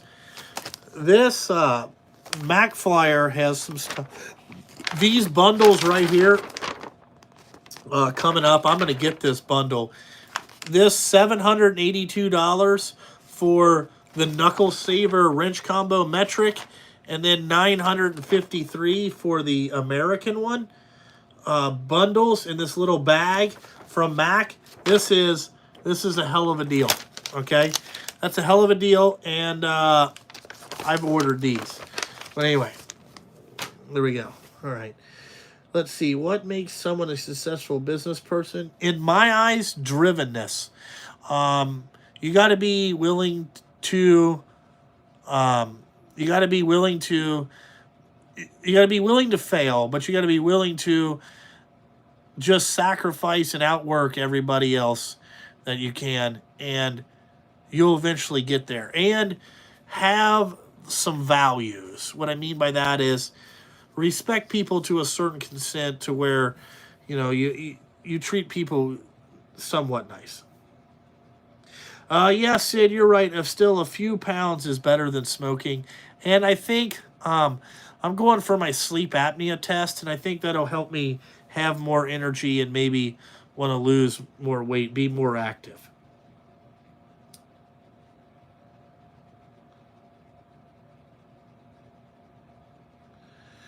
How do you think I should finance a 104,000 Mac, like Mac truck, or you just started your business off? How would I go about financing that? Well, I would get all the shit together. And then depending on your credit score, there's a couple different things. There is going to be some high risk lenders where you're going to pay 13 to 17% interest, kind of push you away from that. Is that right now what I've noticed is banks seem a little shit. They're willing to give money. So I would go to a truck place and see if they have financing. They're going to have tools to help you. You know, big dealerships and salesmen will help you. Their jobs is to sell trucks.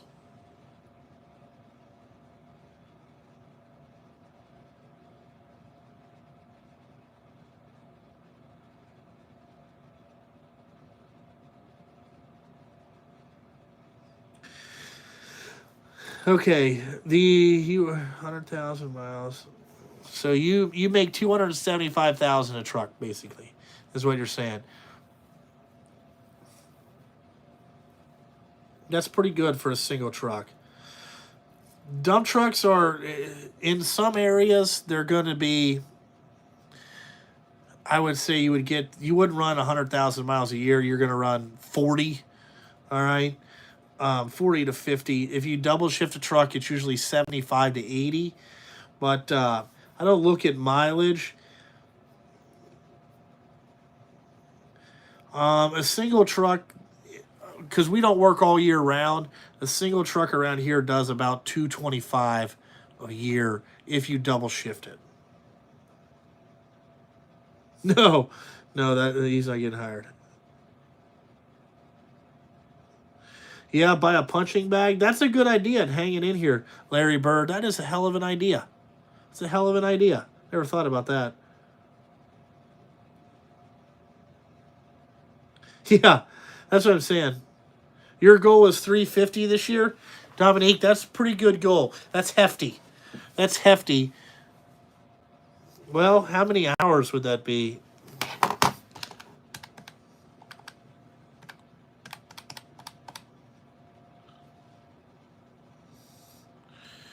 Where's the divided? That's 2,300 hours.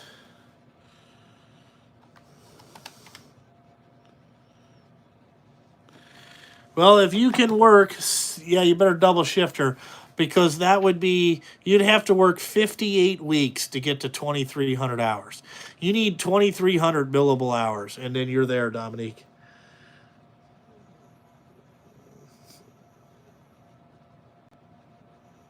It can be done. You're right. It can be done. That's not very far. You know what I'm saying? Because if you take, what's it like? Hold on here. See, this is fucking. And then you divide that by 150. So that's 2,333 hours. Okay.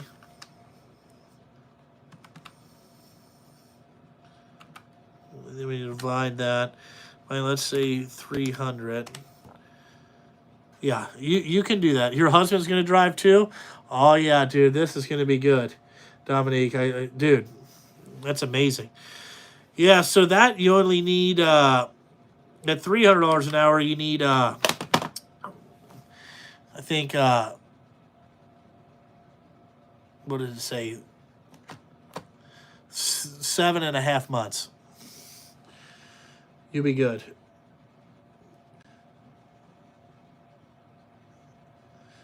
Yeah, just don't wear your husband out too much. You know what I'm saying? Like running that thing all the time, you're gonna be like, "Woo, buddy!" Trust me, I did it. You know what I'm saying? Like I ran night shift, and man, we ran the piss out of that thing, and you just get tired after a while.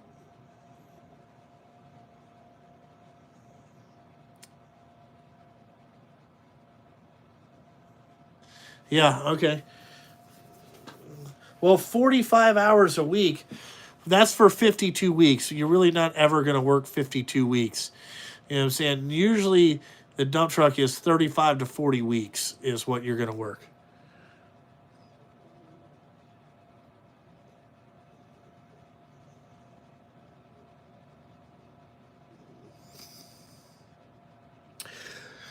Well, you know what I'm saying? When one of your employees starts bitching, you just got to call them in and sit them down and start talking to them about it. Like, hey, man, you, especially if they're an experienced one or your best one, is, you know, you got to set them down and then you're going to have to make some hard decisions. And, you know what I'm saying? Like, fucking, shit, what was I going to say? You're going to have to make an example out of somebody, whether you make an example out of the best worker or the second best. You know what I'm saying? Uh, you're still going to be, you know what I'm saying? You're going to have to make, if they don't listen, you have to make an example out of them. That's what you're going to have to do.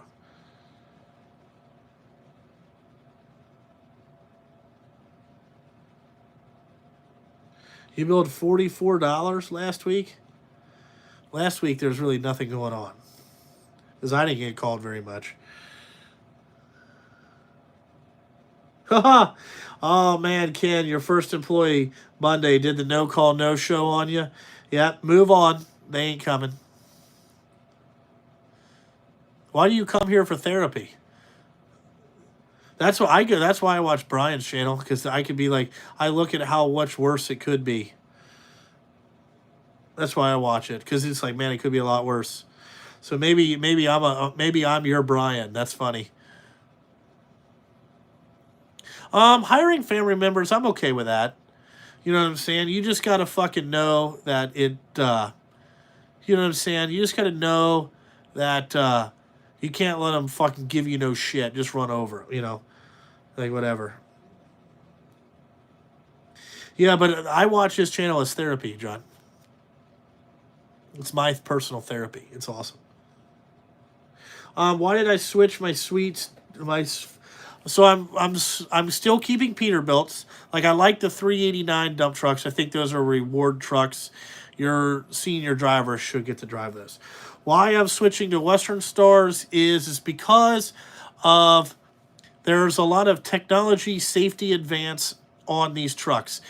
It will stop itself. It tells you to fucking, if you're going to be if you get out of your lane, if you get, you know what I'm saying, it will almost stop itself. Okay? It has adaptive cruise control. There's a lot of safety items in there. One thing is it tells you when all the fluids are fucking low. It tells you when the tire pressure is low on all the tires. So I wanted that system because I'm trying to, when you look at the industry and we're going to less and less experienced drivers, we have to get more and more driver aids to get them there. Is why I went to Western Stars. And the Peterbilt started to, the 567s, after a couple years, they're not good trucks. They got a lot of problems. Electrical issues, the air conditioning kind of gets shitty. There's just a lot of things that it's fucking shit. There was a lot of things that I was not happy with. You know?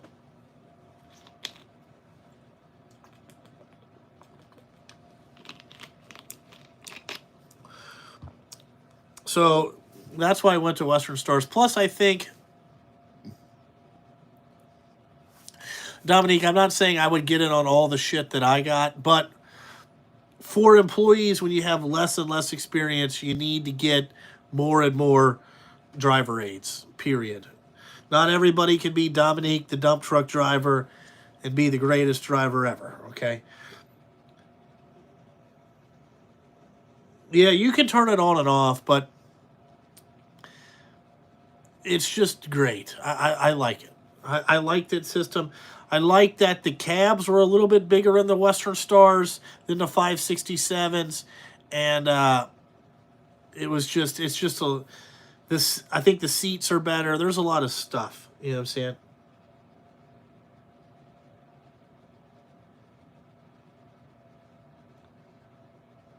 Also, the service. The Freightliner service is a lot better. We have one that's open 7 days a week around here. And they're going to go to 7 days a week, 24 hours a day. So that's for parts and services. It's positive.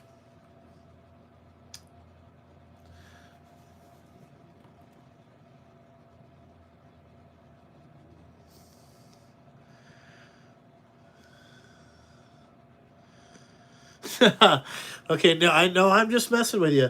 I know you don't want to. I mean, you can go on your YouTube channel and tell everybody that you're a legend. I'm just saying. The adaptive cruise control is pretty nice because you can just set the cruise control. You don't have to worry about it like running up on somebody.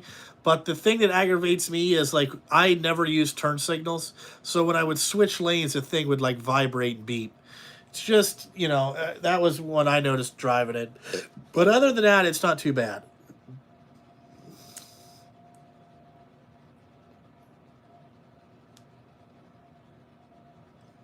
Your service department is open 24/7 as well. Okay, well that's because you have a built-in one. You know what I'm saying? And Dominique, how can I say this? You control a lot of things in that house, so you know what I'm saying. Like it's on the other side of doing stuff. But I wish that Dominique, like, dude, when you guys were fixing your wheel seal on your truck, I was laughing because I was like, God damn, she did a wardrobe change in between this. So I figured it was the next day. But, that's good. Yeah, you can just be like, hey, get out there and fix this thing. I got to go to work the next day, you know?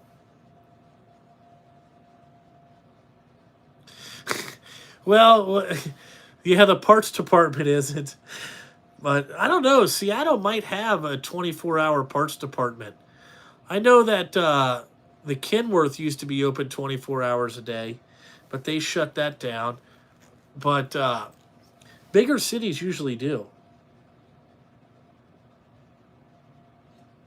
Yeah, did he fix the green lights yet? I thought it'd be pretty cool if you put one of my girl driver put purple ones in her truck. I don't know. I don't understand the idea. They ride around in the morning with purple lights on in the truck. I haven't. What does that do? You know. And then they all turn the echo up. You know what I'm saying? They all turn the echo up. So they talk about, like, hey there, driver. I haven't figured out the whole. I haven't figured out the whole CB thing yet. You know what I'm saying? Dominique, because I like to work with Dominique, because I'd be like, step on out there, Dominique, and show us how it's done there southbound with your panties down.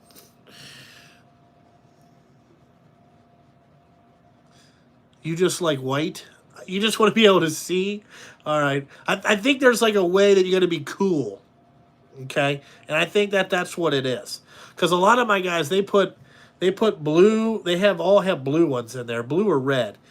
And then they put those on, and then, like, I see them all leave in the cameras, and they all have the blue lights going on in the truck. I'm like,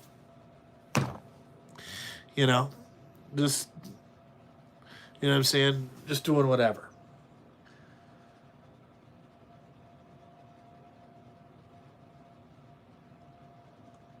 You're not that cool? Yeah. Also, Dominique did not have no ass crack showing in her repair videos, and I feel like that is an injustice to working on trucks.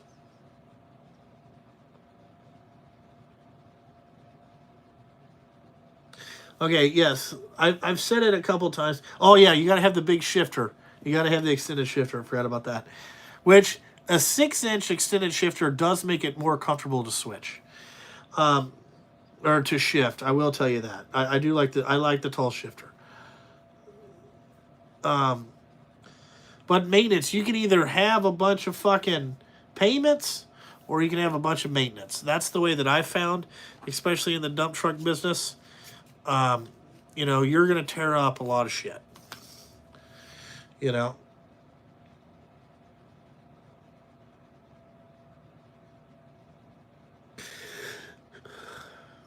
Well, I don't need that many parts. You know what I'm saying? I haven't even started buying Western Star parts yet. I don't even know what we're gonna need.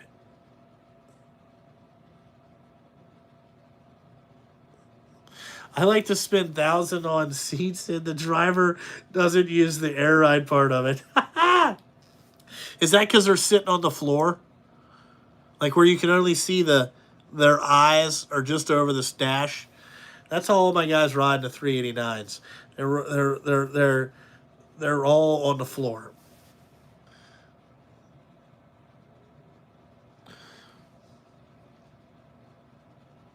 And I like when you can get low ride seats too, but they all like on the hot rod, they're all on the floor just riding around. And then they wonder why the bumpers are all fucked up. Like, what happened to the bumper? Oh, I don't know. I don't know what happened to that.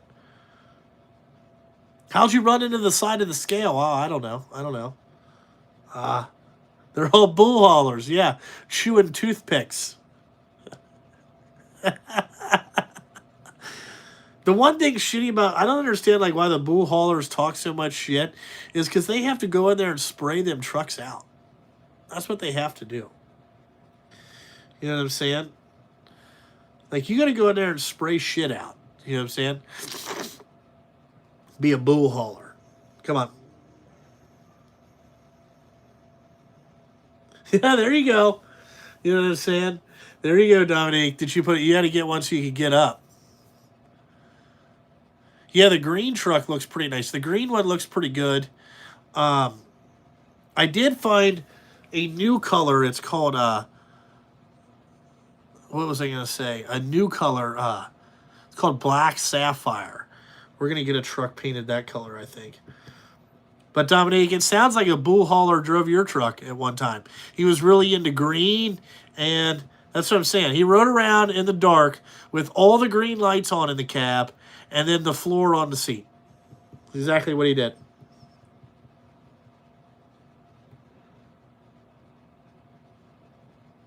Chewing on zip ties do last longer. That is true.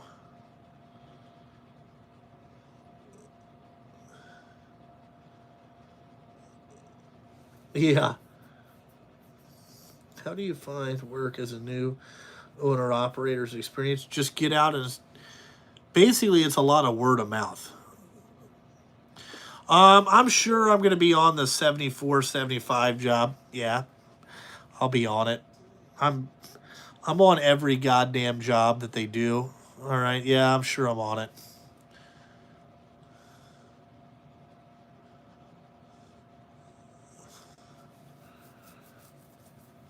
Yeah, we'll be out there. I'm sure that there's some more. There's a 71 job too. I think we got to do. And then there's the jobs over here. Like I want to do the Zion Road one by my house. That's going to be awesome. We need to get that done.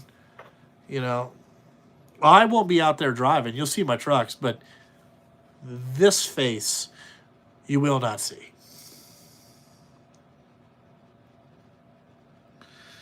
You know what I'm saying? Not going to see it. I mean, if I go to the Barrett office, you might see it, but you're not going to see it. You're not going to see it on the whatever. I would not buy a Can-Am Renegade. No, I'm not into the four-wheel drive stuff.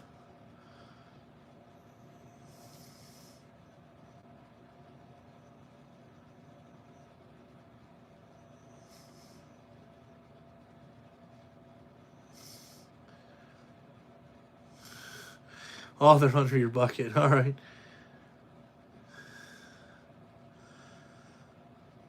Why do I hate driving? I just hate it. I don't like the traffic. I like driving the truck. I just don't want anybody else. I don't want to be bothered by anybody, and I want to go home when I want to. No, I don't think a good owner needs to be out there driving, because then you became the same as. Then your drivers look at you as a coworker instead of a boss, and that became a problem when you stop driving and they're still driving. They feel like they need to stop driving.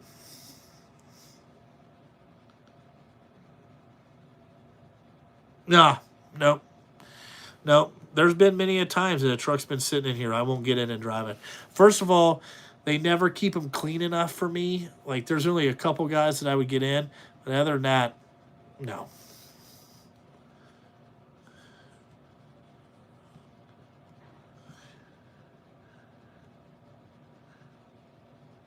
You get into driving not to have to drive. I did not get a Bronco. I haven't. I'm waiting. I want the Raptor one.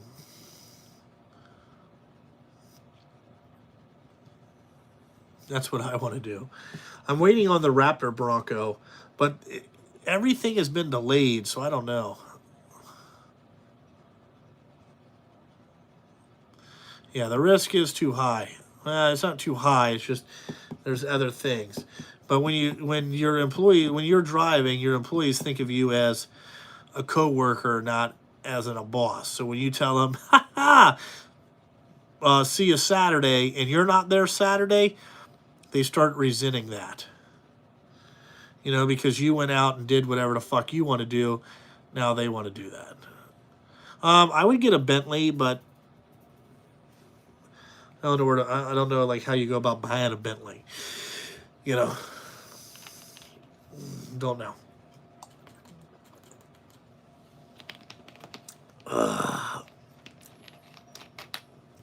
You know, I mean, I know where you go buy Toyota Tacomas.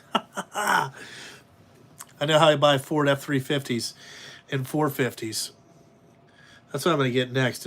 I'm going to get a dually, 450 dually. I think that's what I want.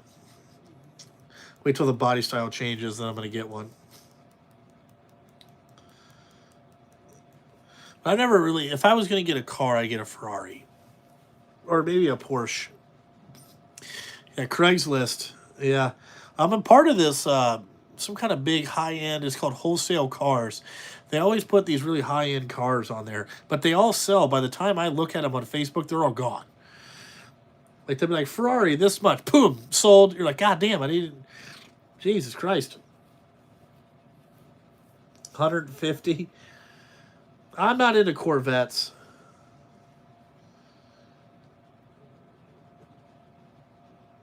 That'd be a pretty good thing is used equipment. I don't know what kind of Ferrari I get. Whatever the new hot model would be, whatever I can get, uh, whatever I would get. I would say I drink Mountain Dew because I do not drink beer. I'm not into Lamborghinis, man. I've never been a Lamborghini guy. Even though they're bringing the Countach back, I've just never been a Lamborghini guy. I don't think I'm too big for a Porsche like the GT3 RSs or the GT2 RSs. I think those are pretty cool. Yeah, 458 Italia would be pretty nice. Yes, I still operate manual shifts, and yes, I have female drivers that can. I have female drivers that can drive sticks. Yes, the Lamborghini Urus is pretty sick, though. You are right. That'd be pretty cool to have. You know, a souped up Volkswagen Touareg with a V12 Lambo motor in it. Or basically, it's an R. It's R7. I'm trying to eliminate manual shifts altogether. We will eventually get rid of them. I had an Integra. I had a GSSR. I had a 94. Would I jump the Raptor Bronco? No. Probably never would see dirt. You'll need an Elon's Model 8. No, if I was going to get one of those electric trucks, the Ford electric F-150 looks pretty good, but I would probably get a Rivian. The Rivian, the Rivian electric vehicle looks pretty cool.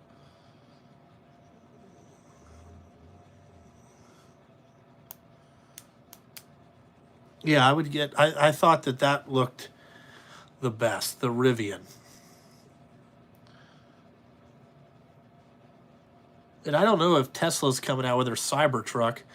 They never said when those were going to be delivered.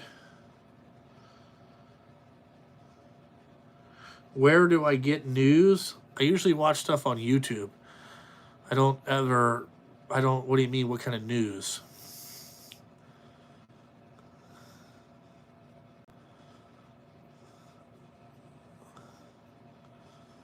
The only electric vehicle I would drive is a club car. So you're in the golf carts. All right.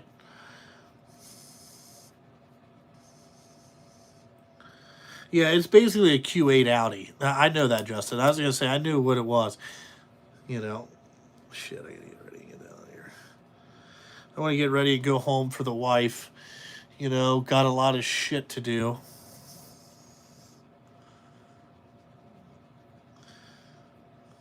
I'm sure that she is absolutely annoyed by our kids there. The Ford Mavericks are like 20K.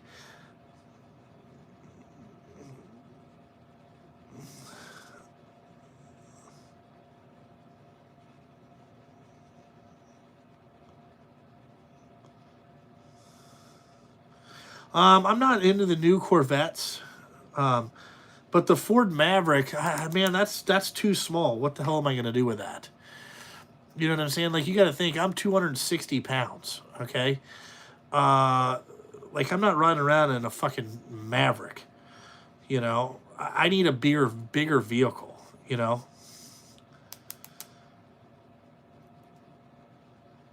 like if I like the, I think that's pretty cool. You got an F-150 reserve. I would buy an electric F-150. They look pretty good, but I'd probably get that Rivian one. That would look pretty cool.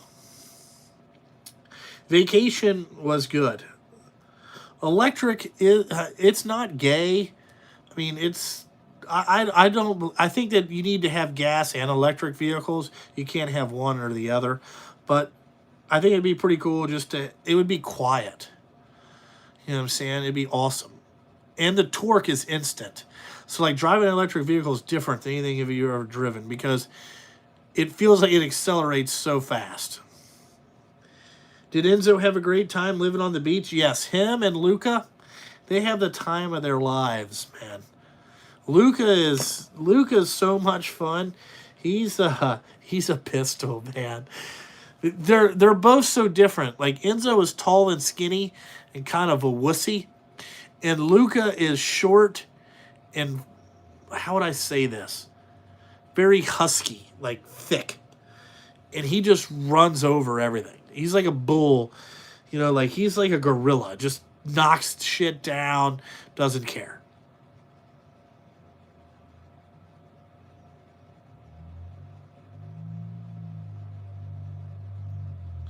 Damn, there's more people here. What the hell are they doing? Jesus.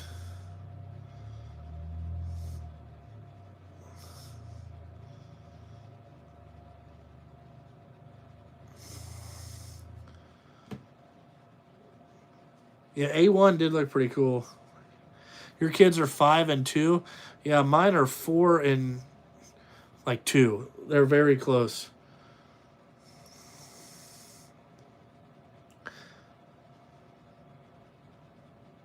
I told you I'm buying this wrench thing is what I'm buying. I'm going to go to the next indoor race, yes. I've been on vacation, and then it snowed Thursday night when we were originally planning to leave, so we stayed an extra night just because we did not want to do whatever, drive in the snow with the kids. It's just too much. It's fucking too much. And they got some good shit in this one. Electric Porsche, that would be pretty crazy. That'd be a pretty good one. What is this?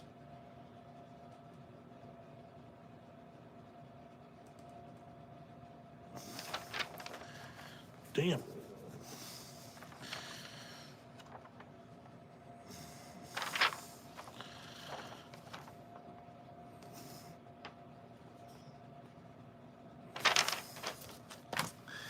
Ugh. I'm planning on asking the kids if they want the trucking business. If they don't want it, then we will get rid of it at that particular time. But yeah, I am building an empire for them, if you will. That's what I want to do. That's what I want to do. All right, hold on here. I got to get something down. Oh, I want to build it for the kids so they can do shit.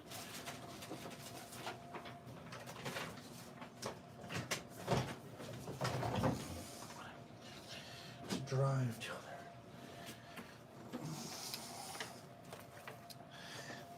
there. I am going to make it to where the kids have to drive. So I want the kids to drive, how would I say this? Hold on here. I want the kids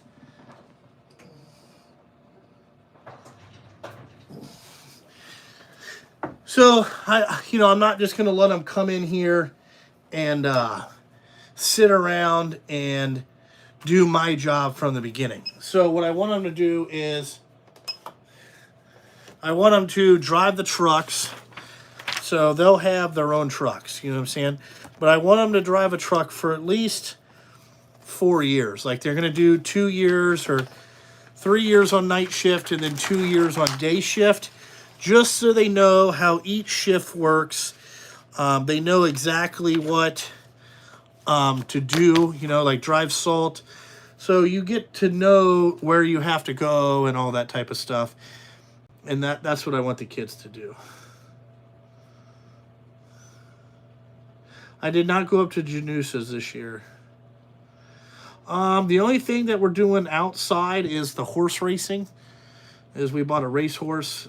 Me and my buddies did. That's the only thing. That's the only ventures that I'm doing outside the trucking stuff. And then me and Zach are going to 4-wheeler race and all that stuff. Your parents didn't give you shit. But no, I'm going to give my... I mean, I'm different. My parents helped me out.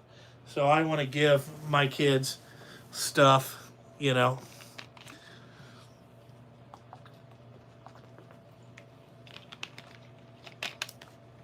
I wanted to laminate these goddamn insurance cards. That's the best way to do that. There's the country CEO. Top tip of the day, Justin. What? Is to make your kids work. Yes, we are going back to Red Bud. We're going to be at Red Bud. We're going back there. First gen builds it. Second, well, hopefully with the two brothers, though it'll be pretty easy for them. You know, one can do dispatch and one can fix stuff.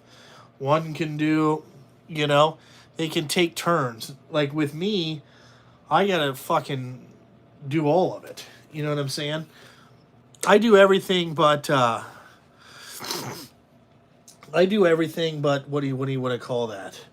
Like everything but the paperwork. My wife does all the paperwork, and thank God for her. Or, you know what I'm saying? I couldn't figure out how to get paid, but I would like one of the kids to know how to do the invoices and all that shit. You know. All right, so this is the insurance card. All right. I would not open a restaurant or a lounge. That is not high on my list. Okay, driver. Restaurants go out of business really fucking fast. That's worse than fucking being in the goddamn... That's worse than being in the trucking industry, owning a restaurant, let me tell you. That's dangerous as fuck.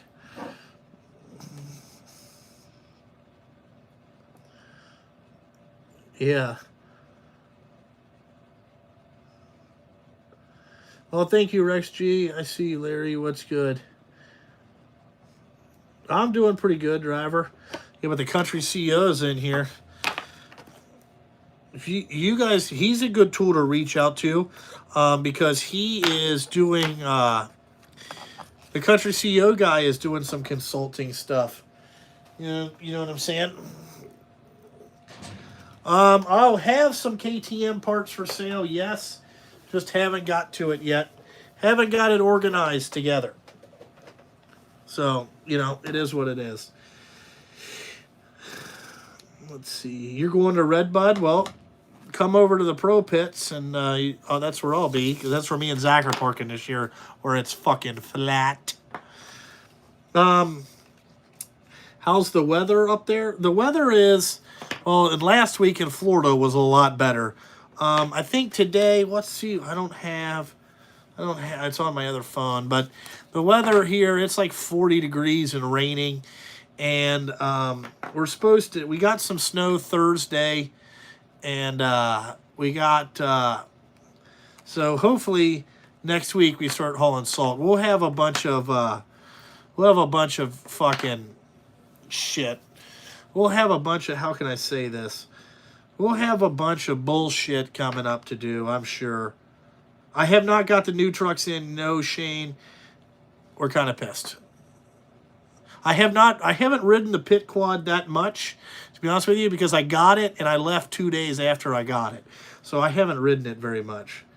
But we'll ride it some more. Let's see. I'm pissed off that I haven't got my Western Stars. Apparently they are all at the tarp shop, and that they should be back from the tarp shop next week and to me. No, I'm talking about, it's in Buchanan, Michigan. It's called Red Bud. It's the Red Bud Racetrack. You know?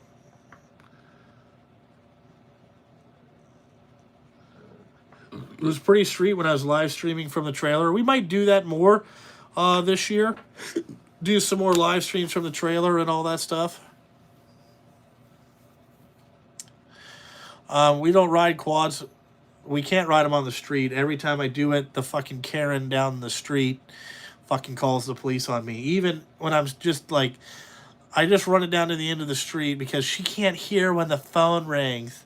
They're a little loud, the Karen down the street, but whatever. There's always a Karen that ruins everything, you know. I'm respectful of people's stuff. This is a private street. The way I look about it is it's a dead end. Okay, there's nobody on it. Nobody comes down the street. The only people that come down the street are the people that do whatever. Facts, right? I mean, let's be honest. That's what it is.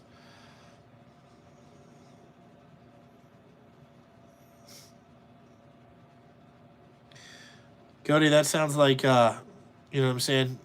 Sounds like you need to. Yeah, it's a dead end road, dude. There's nobody on there. You know. I do pay more taxes, yes. Always a Karen. There's a Karen. Yeah, this is the lady. She called and yelled at me, and then I just told her, like, listen, it's not that big a deal. Whatever. They bitch. People just bitch.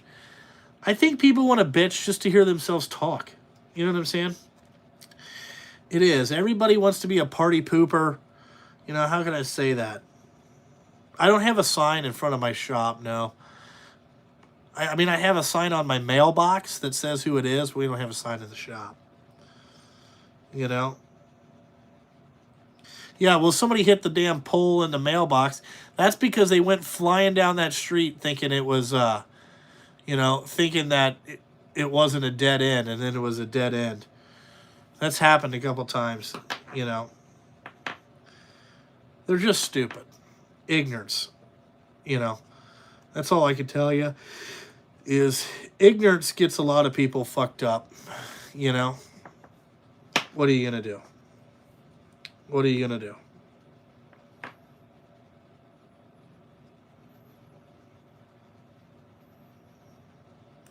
No, it's from the, what is it? It's not the laundromat. It's the heating and air place. I'm going to be in the country with our new house. I'm going to be in the country. Our new house, we signed the contract with the builder yesterday. So it's like, he gave us his final price. We agreed to that. We needed that to go. We got to take our septic back to whatever. We got to take our septic back to get approved. It just has to be re-upped. It was approved, but then it ran out because we didn't build the house in time. And then we have to go through the mortgage process. You know what I'm saying? Yeah, the AirTech people, they're idiots. Call and harass them. That'd be fucking funny.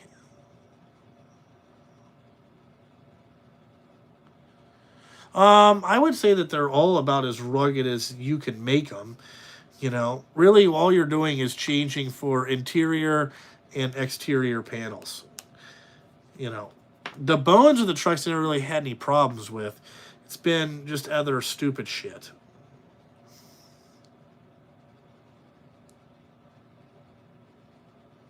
I never had RC. No, I got rid of all the RC cars. I gave them to a guy for doing some work for me. He did a whole bunch of shit for me, and I gave him some cars. It was whatever. We basically traded work.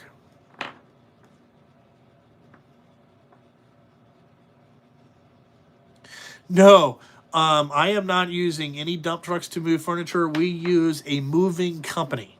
Okay? I do not touch any type of moving equipment, nor do I move. You know what I'm saying? My goals for, 2022 is get to 13 trucks and do 3 million in sales. Or to get to 16 trucks and do 3 million in sales and diversify myself to where I got more trucks spread out. Basically, I want to give each company I work for more trucks. That's what I want to do. I want to get to where, I'm at. And I want to hire a full-time mechanic. That's on the agenda for next year. Is hiring a full-time guy.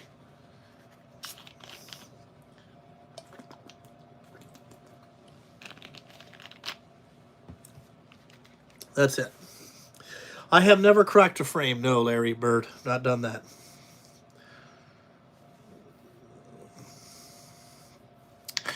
No, I call a moving company. You know, you can come and pick this shit up and then do whatever. Yeah, diversify. That's what I'm trying to get to, where I don't have to rely on just two or three companies. I want to get to where I can work at more places, is what I want to do. That's what I want to do. You know?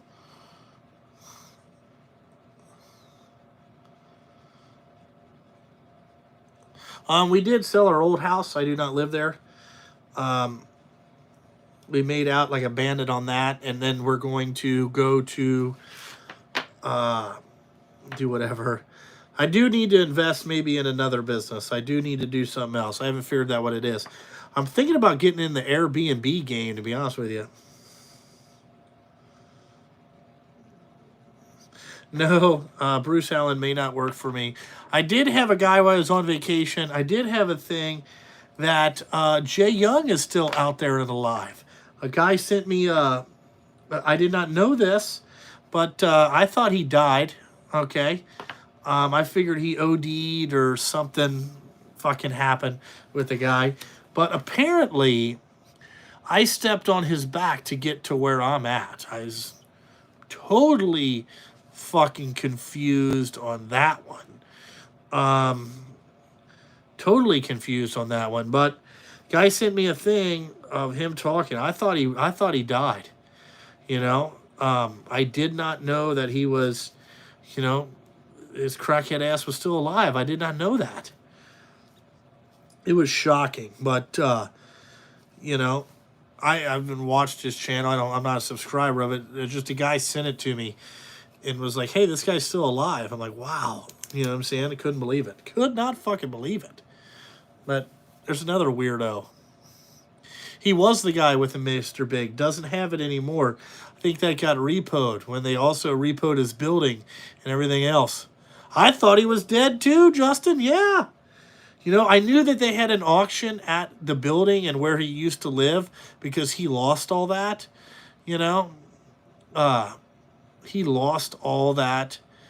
All that. Like, his parents had a great business. You want to talk about the first generation built it and the second generation fucking pilled it and fucking smoked it up. You know what I'm saying? That is the second generation. That's what happened. Just has no bit, you know what I'm saying? Has nothing, just shocking. Shocking how you can take something that and make it that shitty. Yeah, it looked like a museum, yeah. All that shit's gone. Now he's working out of a place like a carport or something. I don't know what the hell he does. No, he was not somewhat cool. He was somewhat drug addict. I will not be going into truck repairs. I don't know what other kind of business venture I'm into. I'm not into Bitcoin.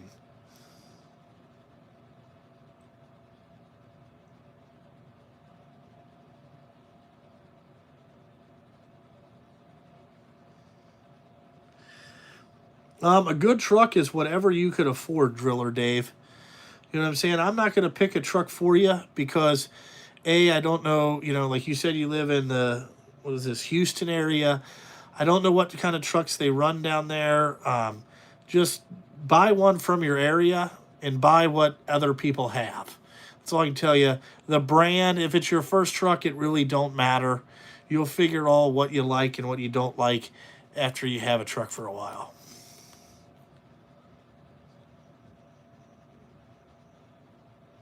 Yeah, Andy, it's right. They all tried to manifest or use a con into something and manipulate people. And then they're the ones that got mad at me because I'm the one that figured it out. Like, well, this ain't right. And again, that's why I said shit. That's why I get so mad at Brian Van Dip shit. It's because, you know what I'm saying? You're trying to manipulate or, you know, use your YouTube channel as a goddamn ATM machine. That's fucking wrong. There you go, Joey House said it. Buy one you can get parts for. Yeah, his channel, you have to be a subscriber to it to find it. I think they have it hidden. He only comes on and does live streams, and he deletes them right after. That's what he used to do. So I'm assuming it's the same thing. You got to have the bell clicked, or it doesn't come up.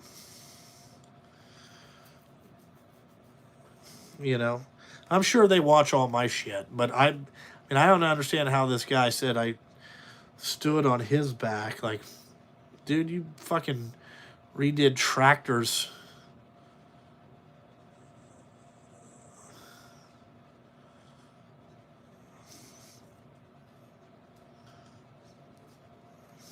Yeah, that's it. I mean, that's what frustrates me. I don't like that when you send somebody down a rosy path about how great it is, or making your own employees sign a non-compete. Like, get the fuck out of here with that bullshit. You know what I'm saying? No, I did not see that Colt Nichols broke both his arms in a 250 class. Wow. Last night, dude, I'm telling you, I drove 15 hours. We got up Friday night at midnight, and me and the wife, I drove from Atlanta back. So I drove the whole way from probably maybe a little bit before Atlanta, all the way back home. So, I drove 10 hours of the trip. I think my wife drove maybe 4 or 5. I drove 10 of it, I would say. Once the sun came up, I was good. But, what was I going to say? Shit. How was I going to say this? I was exhausted last night, so I didn't get to watch A1. I would have loved to stay up and watch it. I'll watch next week's, but I did not get to stay up and watch this one. I was exhausted. I was out. I'm probably going to go sushi. What I'm going to do is I'm going to get off here at 2:30, so 6 more minutes, and I'm going to go home, and I'm going to get in my chair, and I'm going to search A1 YouTube and watch the main events. I do like it that Roxon run. I saw that fucking Cooper Webb finished second. It kind of sucks, but whatever. We are taking Enzo to his first dirt bike race. We're going to the Indy race. I do want to eat. I haven't ate anything yet.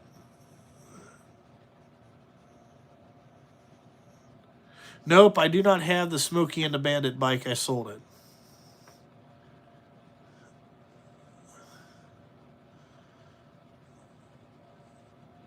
All right. Yeah, I'm thinking about getting some rental properties.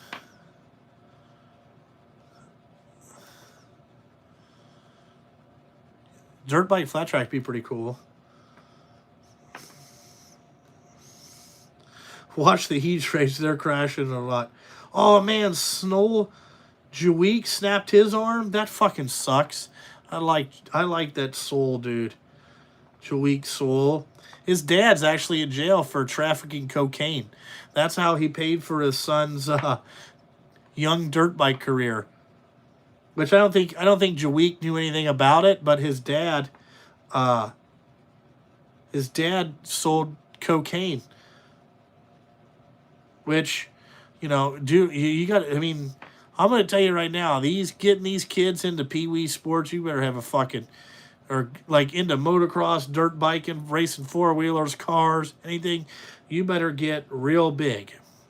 The thing I want to do, I want to go pro mod racing, but I don't have $500,000 to get it going. And I can probably go on YouTube and maybe get some crowdfunding. And we could go. I'd have to sell my camper, my other trailer, and all my 4-wheelers and all that stuff. But I would like to originally go maybe pro mod racing, or do that. I want to do that. No Prep Kings looks pretty cool. Thank you, JF Trucker. If there's any more from... Yeah, dude, any more gems from the J Young channel, send it over. I thought it was funny that the dude said that I stepped on his back to get to where I'm at. I'm like, wow. It works. I know. But Jaweek, you know what I'm saying? Man, I can't believe he wrecked. Damn, dude. Those guys all wreck. I don't understand, like, the supercross tracks are gnarly, and they're not as gnarly as they used to be. I just don't understand why they all wreck all the time. I think the bikes make too much power.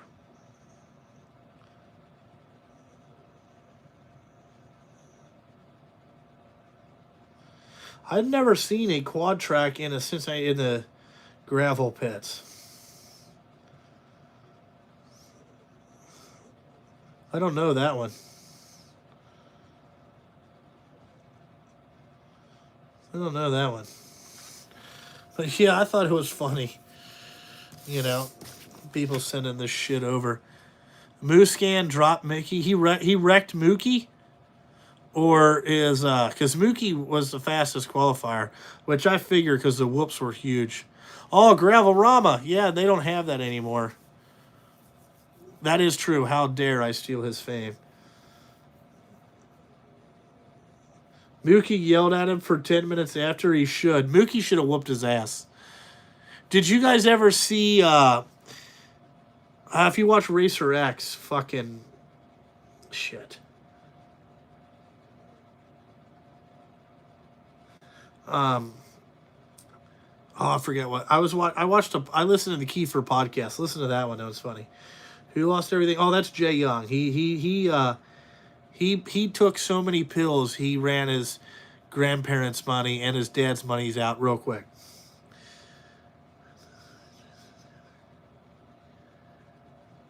Oh yeah, dude, I got a lot of he hate me's. You know what I'm saying? But Mookie, dude, Mookie, I'm gonna tell you on that factory Husky, Mookie's gonna be pretty good. I'm just telling you, it's gonna be awesome.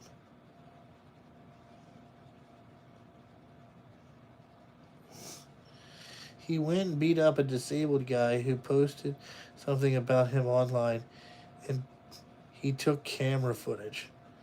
Wow. Do you encourage company nudity? No.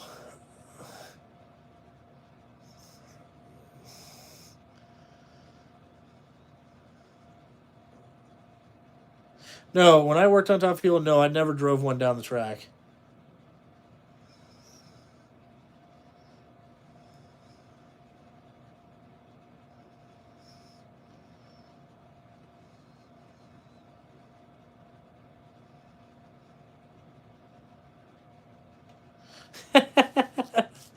Diabolical, yeah, dude. Some dude sent me something, man, about that guy. And I couldn't stop laughing. My wife was even like, what the fuck is this talking about?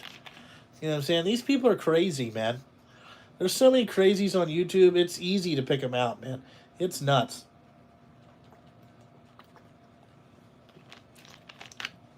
You know, your kids probably watch these crazies. You know what I'm saying? What these people do is they watch like Jake Paul and these Logan Paul idiots and all these other guys that like create all this fake drama and all this bullshit, and then everybody else wants to be exactly like them. You know what I'm saying? Like, I'm so tired of turning on, like, I like watching MMA and all this shit, but I'm so tired of hearing about how fucking Logan Paul is supposed to fight Mike Tyson. Like, dude, are you fucking serious that a 27-year-old white dude is going to fight Mike Tyson? Have you seen Mike Tyson? Mike Tyson is a killer, okay?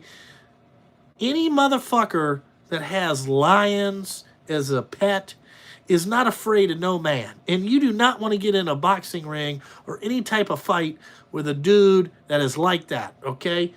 Because he is one hit away from having a flashback on your ass and whooping the fuck out of you. Now, I will tell you this, that just like in the Rocky movie, when they say every champion still has one great fight left in him, that is 100% correct. All right? And I'm just saying, like it's okay that you fought fucking Floyd Mayweather, and Mayweather is not a guy that's gonna fucking knock you out. Mike Tyson is gonna do damage, okay? Every time he hits you, damage. And like, It's one thing to call out an MMA guy and then fight him in boxing. These guys are not going over and fucking, you know, fighting in the UFC and letting these guys get them on the ground and ground and pound them. They're not doing that. So that tells me, you know what I'm saying? Like, I'm just tired of hearing about these guys. Just tired of hearing about it every week. You know what I'm saying? Tyson's got one left. Dude, have you seen him training? Go look up Mike Tyson training for Logan Paul fight. Look at this dude. Okay? Look at this dude. This dude is hitting this coach like, man, fuck, dude. I'm telling you, these are bombs. These are bombs. You know what I'm saying? Like, nobody in 1988 thought, I'm going to fucking, you know what I'm saying? Nobody, fucking, wow. Still ready.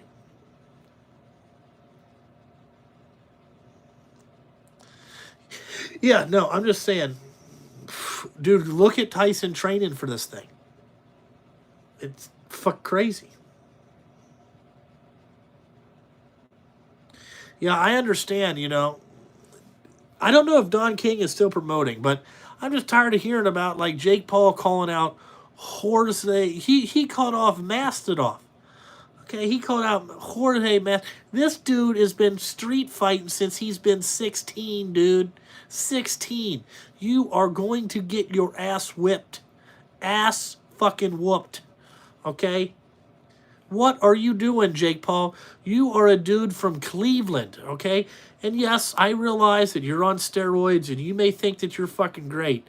But I'm telling you, Jorge Masvidal is a fucking crazy motherfucker. I'm not going to get into the fight.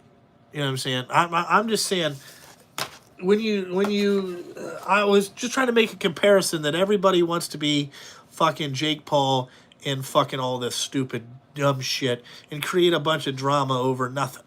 That's what I was trying to say. But you know what I'm saying? But think about that. Just fucking whooping this dude's fuck. Like, I mean, that's what I was watching. I was like, you know, because when I'm on vacation, I like to sit around the house and watch YouTube videos. That's my vacation. You know, I'll go to the beach for a little bit. I'm not. Jake Paul is a smart dude, but I'm just saying, man, just be careful because I'm gonna tell you, fighting Mike Tyson ain't no joke. Okay, because I mean, I don't remember. I think that here's the problem. Here's the problem is that those guys don't know how crazy Mike Tyson was in the early 90s, like for dudes my age. Like when we came up, dude, like this dude was like, dude, I remember every one of his fights was like, it was under, like you paid $60 for the fight and it was over by the second round. Over. I mean, fucking over. You know what I'm saying? He was knocking everybody out. You know what I'm saying? So like, fucking, until he fought, yeah, until after he went to jail, I think that changed him. And because it took a couple years out of his prime, but Holyfield wanted no part of him in his prime. You know what I'm saying? Fuck crazy. I'll watch that Joey Diaz. Does he do a podcast with Tyson? That's what I'm saying. Like, you guys have no clue, man. These dudes, like Tyson was crazy. Dude, he came out to that boom, and that was it. There was no entrance music, and he had a towel that he cut a hole in and wrapped it around his neck. Okay? And he came out, and he just slaughtered motherfuckers. Yeah. Slaughtered them. Different. Different. I'm going to have to watch that or listen to that podcast. I like listening to podcasts. That's what I do when I drive. I listen to a lot of those. Yeah.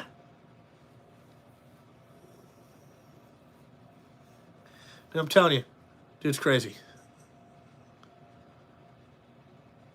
Yeah, guys, we're lucky, but I just don't think that like these young kids know anything about like that. You know what I'm saying? Like they just know nothing about that, man.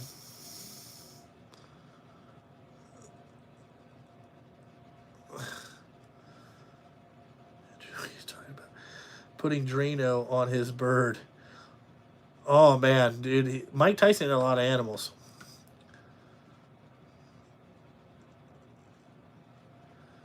Yeah, dude, Mike Tyson was a killer. Okay. That's like if you ever watched the greatest ever ESPN 30 for 30 is when they talk about the U, okay, in the 80s when they had shit, who was the coach? My dad's doing good. He's doing good. I mean, he's not great, but he's not, he's doing all right. The U, have you ever seen the 30 for 30 the U when it was back in the 80s and it was fucking Jimmy Johnson was the head coach, and like they had a whole bunch of these motherfuckers that were crazy, and like Michael Irvin and another dude were at the club, and he's like, Michael, you can't be dancing with that dude's girl, okay? Those are killers, Michael. They gonna kill us, okay? We gotta get the fuck out of here. That was, you know what I'm saying? If it wasn't, probably those dudes of the U was great, dude. That one is great. I've seen the Ric Flair, dude. The Ric Flair one is great. But the U, when Michael Irvin and all those guys from the 80s were talking about, like, fucking Two Live Crew was fucking paying him money and shit. Like, it was nuts. And he's like, man, Michael, they kill us, man. They kill us. They will kill us, man. We gotta go. These are drug dealers, Michael. It's crazy. But anyway, those dudes were fucking great. This is the greatest thing ever. But Ric Flair was really good too. Talking about drinking fucking beers and shit. But really, every one of these UFC fighters and really everybody that promotes fights promotes now like Ric Flair did back in the 80s. There's a lot of, you would say, similarities, you know what I'm saying? I mean, they're not out there talking about limousine riding, jet flying, and you're having a hard time holding these alligators down. You know what I'm saying? But like Ric Flair, dude, he is great, you know. It's hard to believe that guy's still alive, but wow. But anyway, I got to get the hell out of here because I got to get home. I'm sure my wife is absolutely fucking pissed, and she's going to motherfuck me, and I got to find a bunch of shit on what my mechanics worked when I was gone because I can't find it. But anyway, dude, I know how to cut a promo. You know what I'm saying? I can cut some promos because, you got to do that. Bogle was crying that he didn't make the main. Yeah, but dude, I saw that A-Ray made it. Bogle's on a Suzuki, dude. That bike sucks. I mean, it doesn't suck, but you ain't on a factory bike, dude. There's 15 factory riders. So there's only 5 spots. He'll make you just ain't fast enough, dude. Bogle sucks anyway. I like the 7 Deuce Deuce. He didn't make the main either. But where's 7 Deuce Deuce? He wasn't out there crying. Adam Inkton, he's fucking good, dude. But anyway, I got to get the hell out of here. A-Ray made the main. I thought A-Ray made the main. I thought that A-Ray made it. Did he not make it? From what I saw, I thought he finished like 22nd.